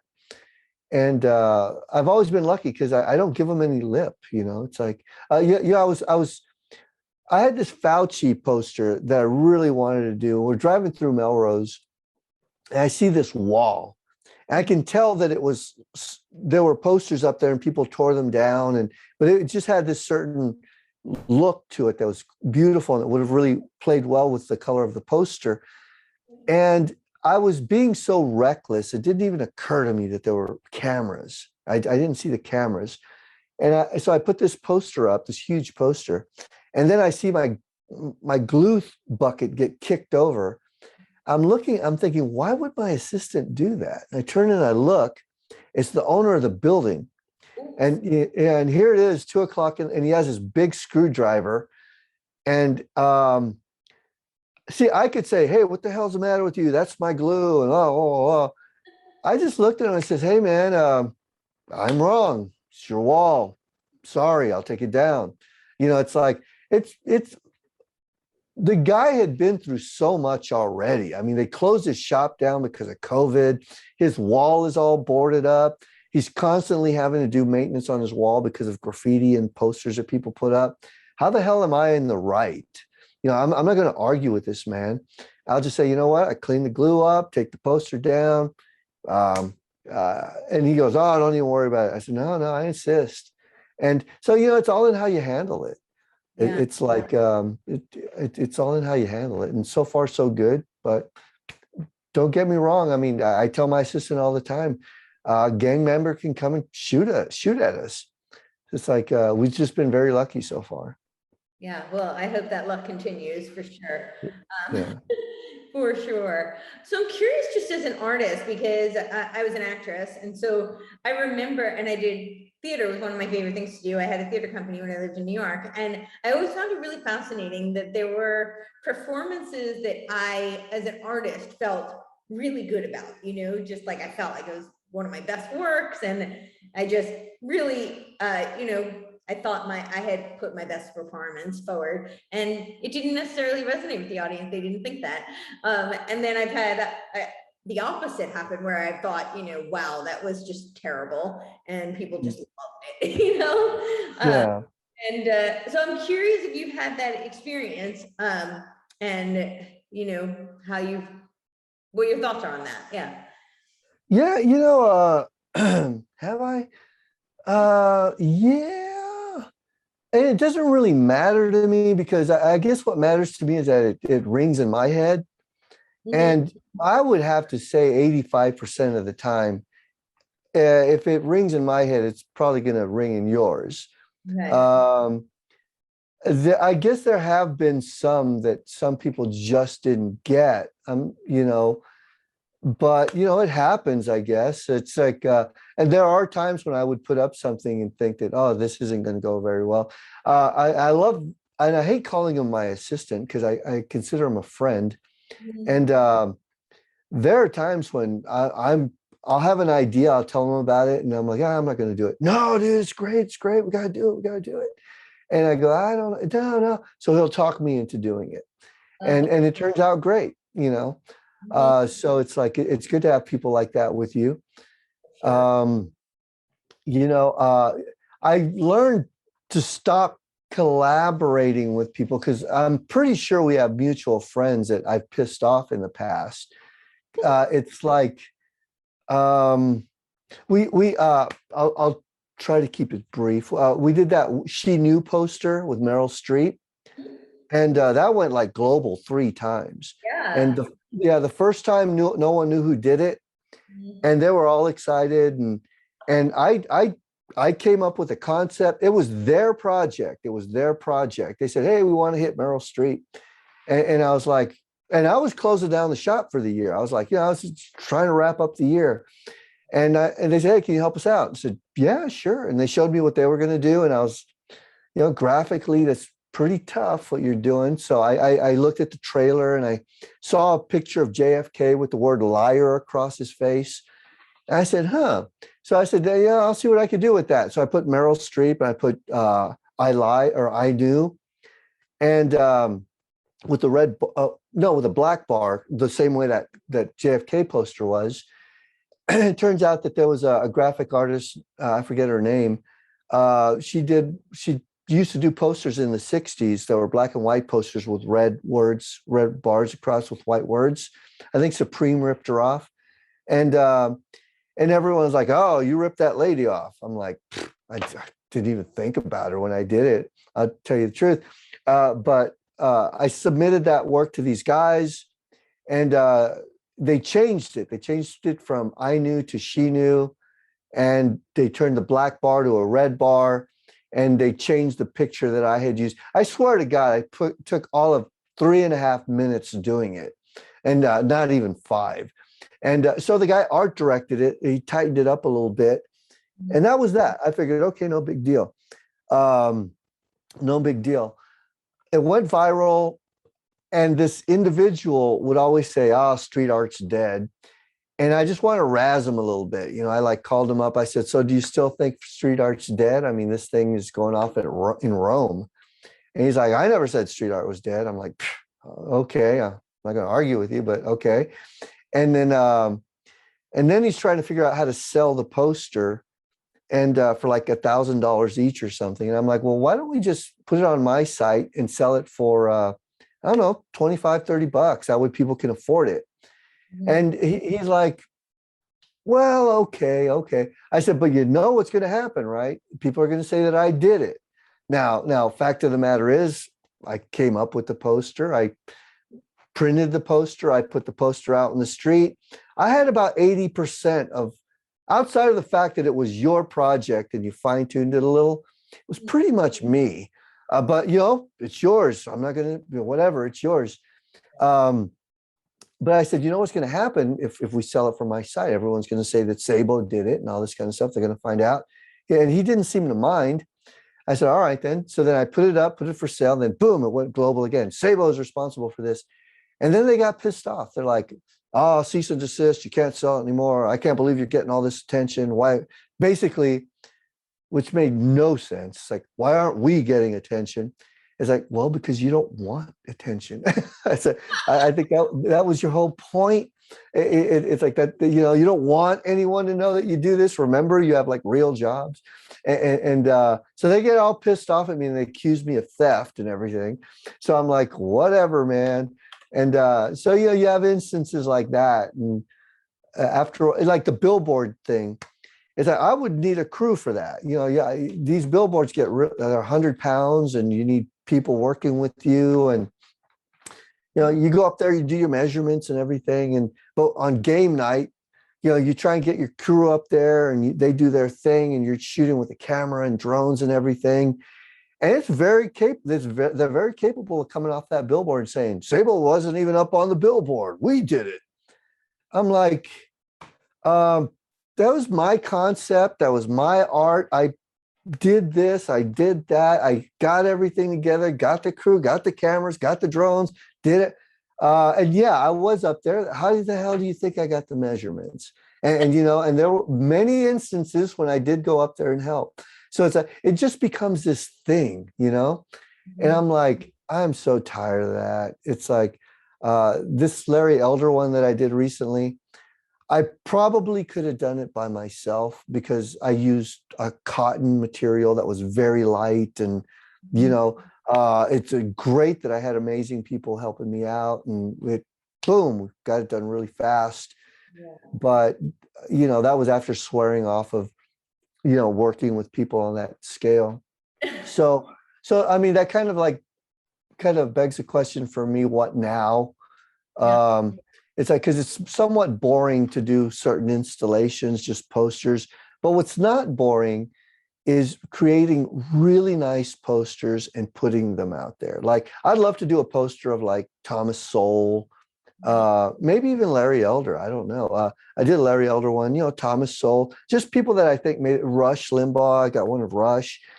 And not worry about the news cycle, not worry about having to go such a big scale, and focus on good art, and so that's where I'm at. And I don't know, that's just where I'm at. Yeah, well, I think there's a lot of possibility in that, actually. And I think it's interesting, actually, that's what you feel kind of pulled towards at the moment, because I think we're in an interesting time in the news cycle where everybody's chasing the same thing. And in a lot of ways, whatever the thing is that they're chasing is a distraction from so many other things that are going on that people should pay attention to. So, and I understand people want to stay relevant, people want to hit their payday, you know, there's reasons for it and they're valid and everybody's got their, you know, their role and their needs. So I understand it, but I think that there's also potentially a great, you know, place for somebody to be putting out really sorry, this is really long-winded, but what I'm saying is like, I think part of what we're experiencing in our culture also is a debasement and degradation. You know, it's like a postmodernist, destructionist type of mentality. And there's a loss of beauty in so many arenas. And I think beauty is a virtue. And I think it gives people something to aspire towards.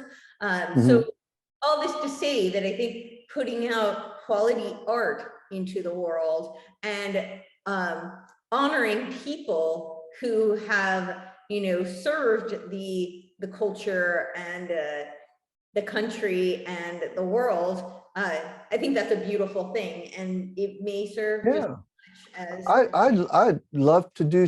Yeah, I did a pretty nice poster of Andrew Breitbart. I'd like to do another one, and you know, I'd love to just go to California and spend some time putting those up. And people will be like, "Why is he doing that? He's not going to go viral." It's like, because I liked Andrew. You know, he made a difference. You know, I like Rush. He made a difference. Okay, I'm not going to go viral. You're not going to run with it. Whatever. You know, I like to push that. Hell, everyone may not like Milo, but I think he's significant enough to do something just to piss people off out there. But yeah, I'd like for it to be a good quality poster, and that's what I want to focus on. So I think, like with the whole documentary thing, when I do a book and a documentary, I'm really going to have to pull back, and people are going to wonder, where the hell is he? Why hasn't he done anything? This and that.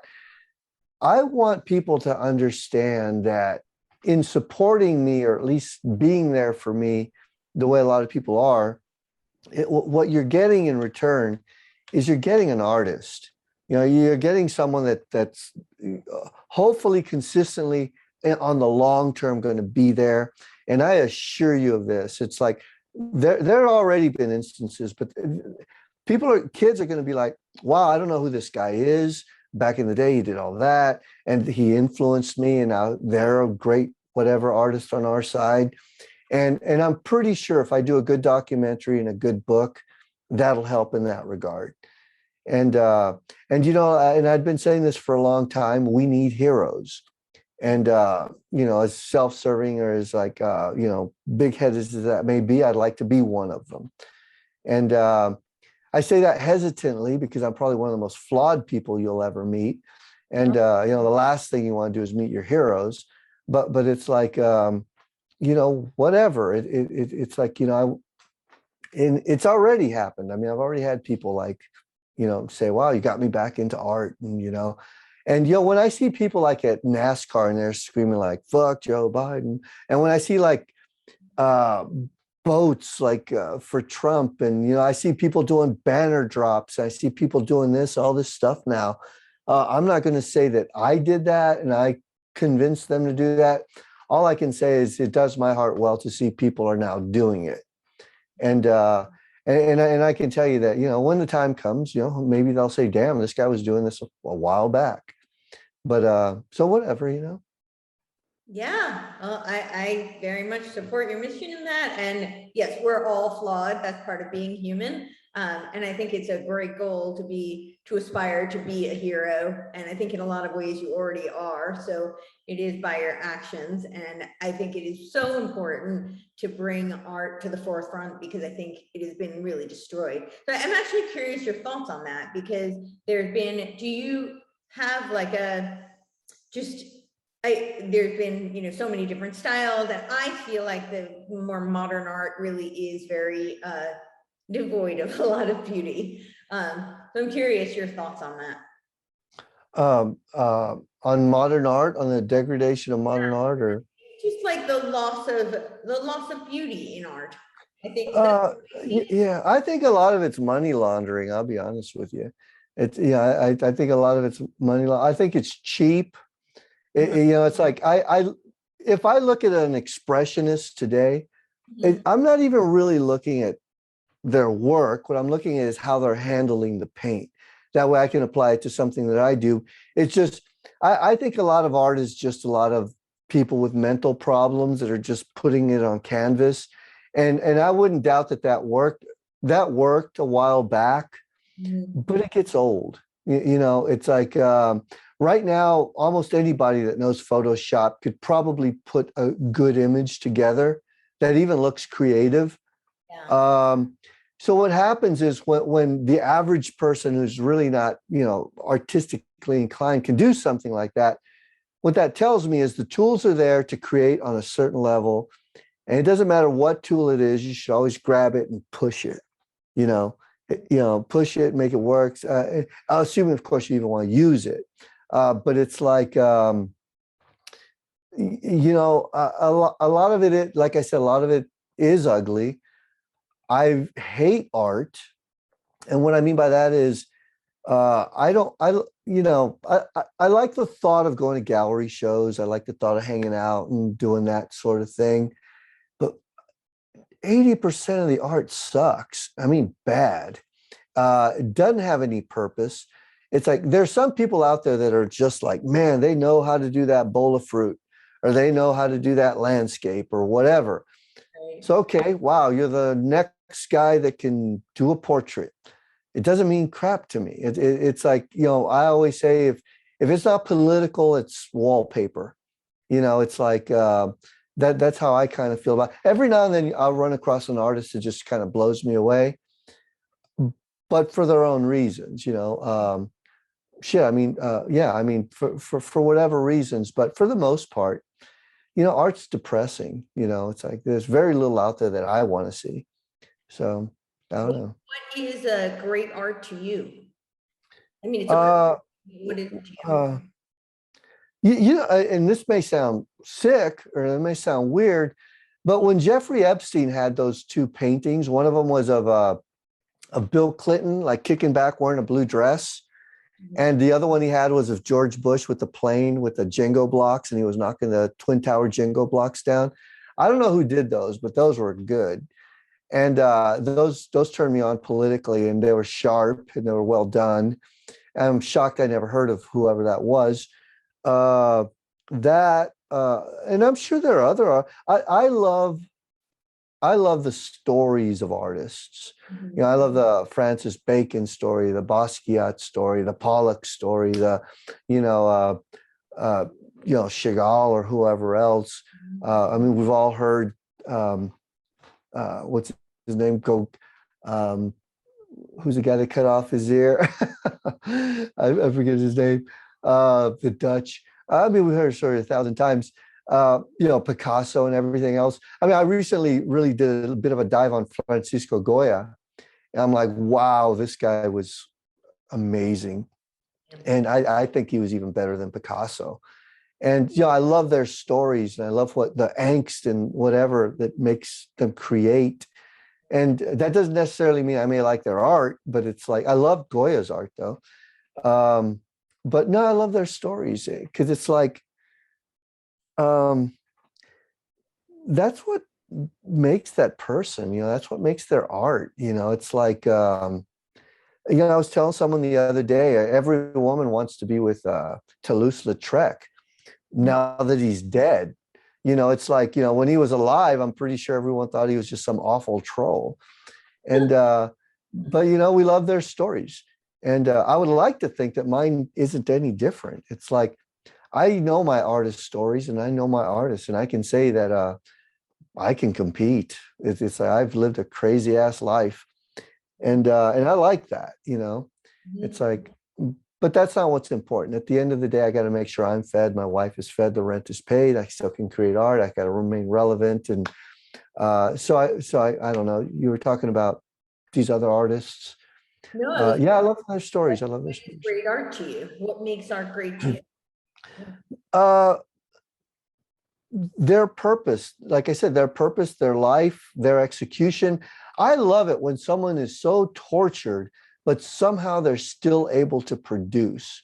You know, it's like, you know, I heard, I think maybe at Rodin, that he would like do little clays and then put them underneath his bed. And when he died, they found all these little clays down there.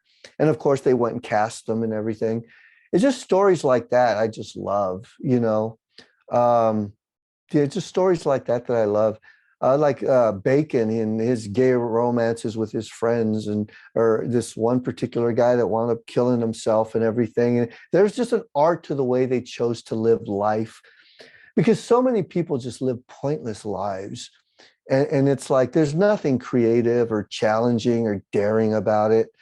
And they all want the same damn thing. And it's boring. So, what's good art? I think I was telling Glenn Beck, I said, okay, you can learn how to paint and draw and you're an artist. Right. But if you learn, I'm going to get this wrong, but it's like you learn how to paint and draw and you're a good artist. If you're like really good with, the chiaroscuro and all this other sorts of stuff, okay, you're a good technical artist. Now you're a better artist. Now, okay, you have a voice. Now, not only are you good technically, you don't even necessarily have to be good technically. You could be good enough and have your own voice. Now, I think you're and you're bordering on being a great artist. But now, if you're technically inclined, you have your own voice, and that voice is unique, then you're almost a genius artist. You're bringing something new to the table. So that's how I would put it. That's what makes great art. And so yeah, that's where we're at least as far as I'm concerned. That's awesome. What are your thoughts on what you talked a lot about this, but I'm curious if you have just like some kind of words of advice for I don't even want to say conservatives, but people who want to, restore America and preserve our freedoms. And what are some things you think people can do? Well, they're doing them. Go to your school board, challenge them. I was hanging out with some rich people a while back, and all of them wanted to be senators and congressmen. I'm like, why don't you want to be at the city council? Oh no, are you serious? Look at me. I'm like, yeah, what about it? It's like, you don't do shit all day. You're fucking rich. Yeah, I don't know. You inherited. I don't know how the hell you got it, but you ain't doing anything outside of just being an ass. Why don't you just go for the city council, become a mayor, do anything. It's like, support someone who is doing something. It's like, there are people out there, maybe they need better mics, maybe they need better lighting, maybe pay a couple of their months rent. You'd be shocked. It's like, if you're listening to someone like Vince from the Red Elephant and you're like, you know what, Vince just got knocked off of his platforms, he can't find a regular job. Hey, Vince, here's a couple months rent. You're going to make his day. Help them out. Or just do like $5 a day to someone who you like, the content that they're producing. Get involved politically, on the local level, and get involved with election nights. It's like, why is it someone who considers himself reasonably politically astute, why is it every time I go to vote, I'm looking at the name of these judges and I don't know what the hell they are. They just say, whatever. And I'm like, why don't I know why can't somebody create a site or an app or make it to where an idiot knows who their council people are and who they should vote for and who they shouldn't vote for? And why is it always a mystery? It's like, we have our work cut out for us. If you want to be an actor or a comedian or something like that, just know it ain't going to be easy. But if you think you can make a difference doing that, do it. And you know what? You're going to suck. And but if you stick with it, you'll eventually get better. And that's just the way it goes. Yeah. Yeah. That was going to be my second question was, what is your advice to artists who are just starting out? Yeah. Get past the, Oh, it hurt my feelings. My thin is really thin. My skin is very thin. Uh, Go to school, take your knocks, or don't even go to school. Just learn how to create art. Be honest with yourself. Pursue what it is you want to do. Like I did the political art thing, but be realistic enough to come to terms that one, maybe you might suck. Two, okay, you do the best this, but that doesn't necessarily sell. It's like there's a young man named Bosch. He did like this Muslim thing, like he did a Draw Muhammad thing. I sat and talked to him, and I'm like, don't be a one-trick pony. It's like it's nice that you want to take on that, but one, it's dangerous as hell. And I'm not telling you to not undertake it because it's dangerous. I'm just saying diversify, be a good artist, stay political, you're obviously a bold artist. So find other ways to be bold with your art like that. Because you're going to find yourself completely banned, completely ostracized, and maybe on a hit list for Al Qaeda. So diversify a bit. Okay. So how should I say? Don't rely on support simply because you're on our side. Don't say, hey, I'm a conservative, you should be supporting me. It's like, no, have people want to support you because you're awesome. It's like Tom McDonald. I mean, I was seeing Tom McDonald come up, and I'm not sure if you're familiar with him, but at first, at first I was like, I didn't think it was that great, but he's out there, he's trying, whatever. But I mean, time's progressing, the years are going by, and he's getting pretty damn good, and it's like, and you know what? He said, screw everybody. I'm doing it my way. And he's shaped and molded. And he woke up one day and he's doing damn fine. I hope to do a poster on Tom McDonald. The thing is, I'm not going to wait for him to pay me. I'm not going to wait for him to knock on my door. I'm going to do it all by myself. And hopefully he'll look at it and go, wow, that's cool. And, and I said, yeah, dude, I like what you do. And just leave it at that. Yeah, absolutely. Yeah, no, he's definitely on my list of people I'd love to have on. I think he's awesome. Yeah. Yeah. Cool. Yeah, pretty much. Oh, sorry, what were you gonna say? No, that was it. I mean, as far as just do your thing, do your thing, be consistent, hit hard, don't be lazy, wake up early, dedicate yourself, to it. I was going to say I was the most productive when I was single, because it's like, I found almost no matter what job I had, I can really put myself out there a lot more when I could just be in my own head. But it's like, whatever. It's like, I guess some people, can do their thing. Yeah. With a girlfriend, boyfriend. Totally. Yeah. I think we are meant to, Yeah. But I understand, as an artist, there is something to be said for being in your own head, in your own world, and having that time to, Yeah.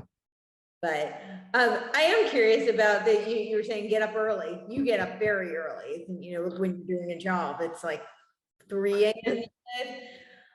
We'll get out there at 3 a.m. There are some instances when I'm fortunate enough to get an hour or two sleep before, but they could very easily be 36-hour days. It's like you're creating art until you're loading it into the car or the truck, and until you're loading it up. And then, of course, then you wait for the sun to come up, you take photos, and you're dealing with the press, and you're like managing your social media. And then before you know it, it's the next day. So, I love waking up early because, unless you're having mad sex, I don't see any point in staying in bed. And it's like, everyone's asleep. You have the space all to yourself, and you can just get a lot of work done that way.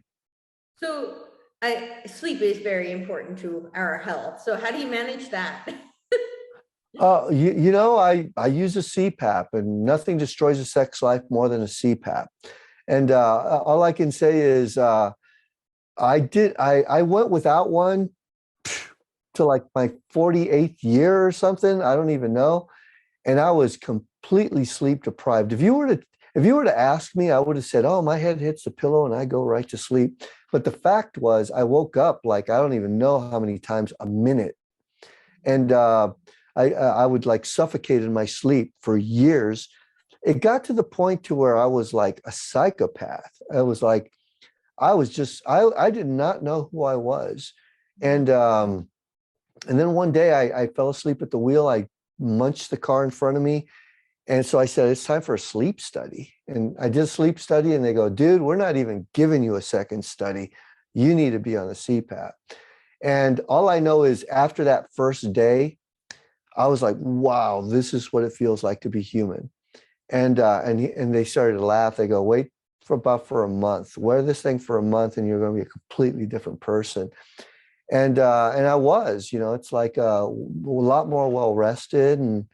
But you get older. I'm almost 54. And it helps not to eat junk, it helps not to eat a lot of junk because, I mean, if you're overweight, you get acid reflux and you just get all kinds of physical problems and diabetes and you're obese and, fast every now and then, intermittent fast, wake up, do some yoga, jog, lift weights, resistance training. And that always helps. Every now and then learn about ketosis, learn about, the one thing that really helped is I realize how hard ketosis is, getting into ketosis and a ketosis diet. But one of the benefits of going into ketosis a handful of times is it really helps you to understand how much crap you eat. And what that means is now even if I'm not on a ketosis diet, when I go out, I don't order a Coke or a Gatorade or it's usually an iced tea with maybe some lemon and no sugar. And I learned to like it. It's like when you drink coffee, just drink it black. And I learned to like it. I once heard an Australian ask, why do Americans like sugar in everything? And, once you do ketosis a few times, you're like, I understand what he meant. It's like, shit, everything's got sugar in it. And then you learn to pull back. And then before you know it, you're eating a lot more healthy. You're not eating junk food. You're not drinking soda. You're not putting sugar in everything. And you're a little thinner. You feel better. And you're able to do yoga better. And you're able to jog better. And you're able to sleep better. So, and you're basically, what you're doing is you're developing a lifestyle. Yeah. And you're developing a lifestyle. And it's not a diet, it's a lifestyle. Yeah. And so there's that. And, that definitely helps with my sleep. So. Yeah, no, absolutely. Lifestyle is incredibly important. Yeah. I know for me, I used to coach really early in the morning, and something about being up before sunrise, it didn't matter how much sleep I got the night before, but it just messed with my hormones. Like I just could not get acclimated to, I think it's different if it's like a one-time thing, but the fact that it was several days a week, I was up before sunrise and it really messed with me. But I think yeah. So some people are like that. Some people don't like waking up early. I love it. Late riser. I'm not somebody like I could never sleep till noon or like anything like that, but I'm my circadian rhythm seems to be really aligned with sunrise, sunset, it's like. Yeah. Who really helped was Joe Rogan, believe it or not. It's like, when my father died, I was really depressed. And again, don't be shocked if we go to black. I don't know where my camera is at this point, but I'll say that, Joe Rogan, there are a lot of things that he talks about that I'm just completely not interested in, but that's where I learned about intermittent fasting. And he introduced me to people like, there's a guy named David Goggins. Yeah. And Goggins' whole philosophy is do something that sucks every day. Yeah. And it's like, and what that means is if I'm looking at the weather report and it says it's 5 below zero, I'm like, we're going jogging. And go put in 5 miles. Or if it's 112 degrees, I'm like, okay, we're getting 12 miles or 5 miles in or something. And it's like, you just push yourself, man. And a lot of people just don't do that.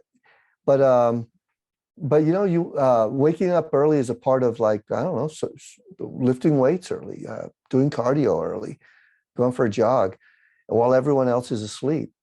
Yeah. And I remember once in a donut shop, there was these two Vietnamese kids, and the young boys, and I gave one of them I gave them the Arnold Schwarzenegger Encyclopedia of Bodybuilding, Right. and one of them embraced it and the other one didn't. And it was so funny because you fast forward a year, one of them is strapped and the other one is not. And it's like, so one of them started lifting weights and the other one didn't. So it's like, it's just amazing what lifestyle does for a person. Yeah, and it's also, I mean, in that story, it's really interesting what uh, resonates for one person versus the other. I mean, the one kid really took to it, and the other kid was like, not interested, right? Yeah, yeah. And you know, the sad part is the one that's not interested, and even the one that was interested, he doesn't quite know yet. But what Mhm. he's doing is he's tuning up his body, and he's building what's called like muscle memory. And Right. it's like, you know, it's like when he wakes up in his 30s, he may find that he doesn't want to work out that much, but he might wake up 35 and say, I want to take up lifting weights again, and his muscle memory will kick in. As Totally. opposed to, yeah, as opposed to the other guy that never lifted weights, is he's got to start from scratch. And it's like, and I noticed that a lot these days, because I'm noticing a lot of people in their 50s and 60s that just look awesome. And you know, they look awesome because they had a very healthy lifestyle. Yeah. And I'm looking at a lot of people that just look like they're about to die. And it's just because they never worked out, they never wanted to work out, and they just continue to eat crap. Yeah. So it's like money in the bank, you know. I mean, I had a lot of friends that had like Bentleys, Aston Martins, Ferraris, and this and that. And I would always ride a bike, a Cannondale or something, and and I would just slap my leg and I'd say, "This is my Ferrari." I wouldn't say it, but I would look at him and go, "You're a bunch of fat bastards." Don't get me wrong, chicks love you. You got the cars and the money, but it's like, I don't want to be you, man. But I would hope one day I could afford a nice car, but it's like, you know, whatever. I'm glad I could still cycle 50 miles. Yeah, well, I think the other thing that, the message in there that I think is so profound and important for today, it's very relevant, is the self-reliance and the ownership. It's ownership of your health, it's ownership of your lifestyle. And I think that, like you said, it pays dividends. You're investing in yourself, you're investing in your future.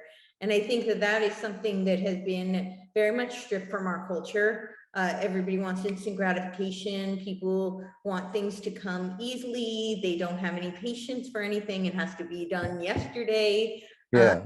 and I think, that's something that having that kind of healthy lifestyle teaches you a lot of discipline. It teaches you a lot of ownership. And it also teaches you, that there are consequences for your actions, for the better or for the worse. So, Yeah, it teaches you consistency. It's like, you know, my wife is like, why do you do those YouTube things consistently, like on, you know, Monday, Wednesday, Friday, and Sunday or something?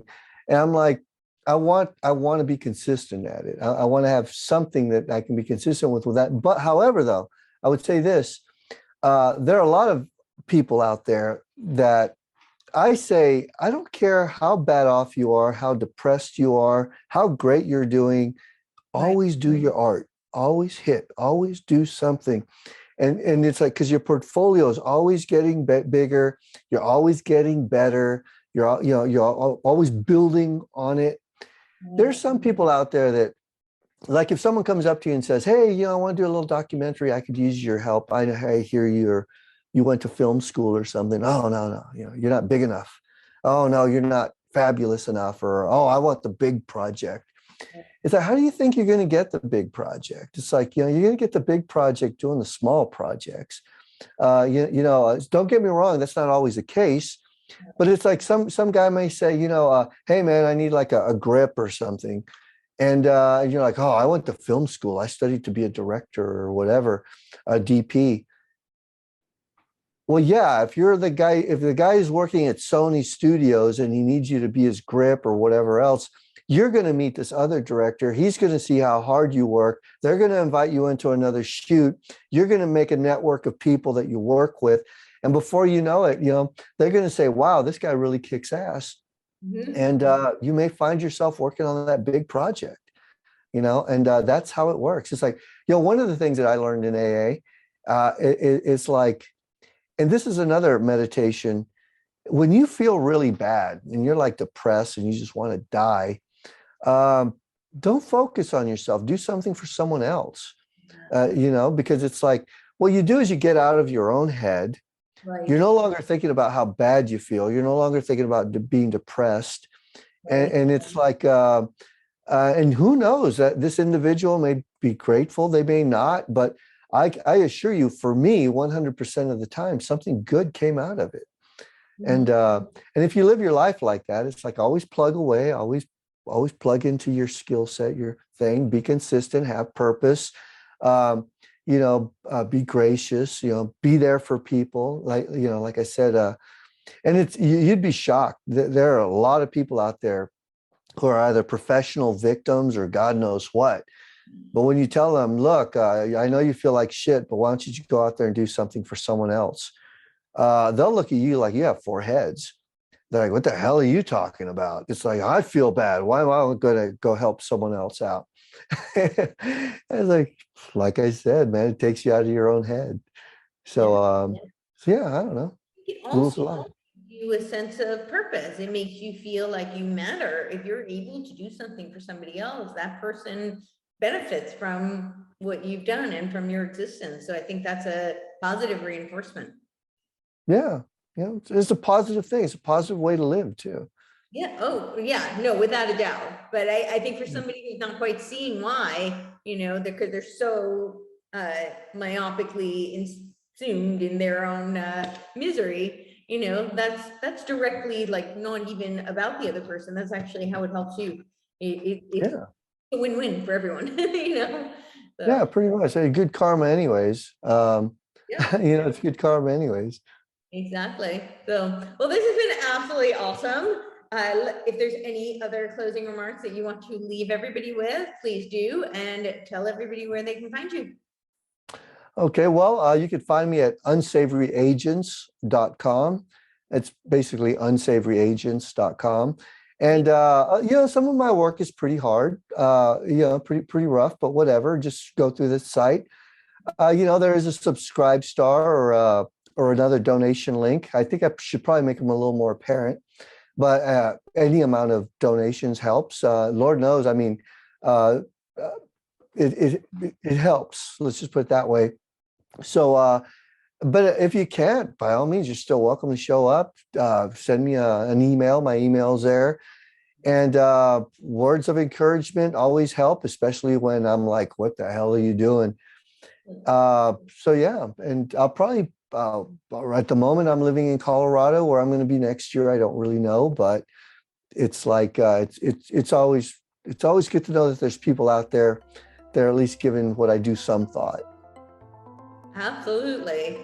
Well, I for one am very grateful for what you do, and I am very grateful to have had you here today. So thank you. All right, well, thanks, and thanks for having me.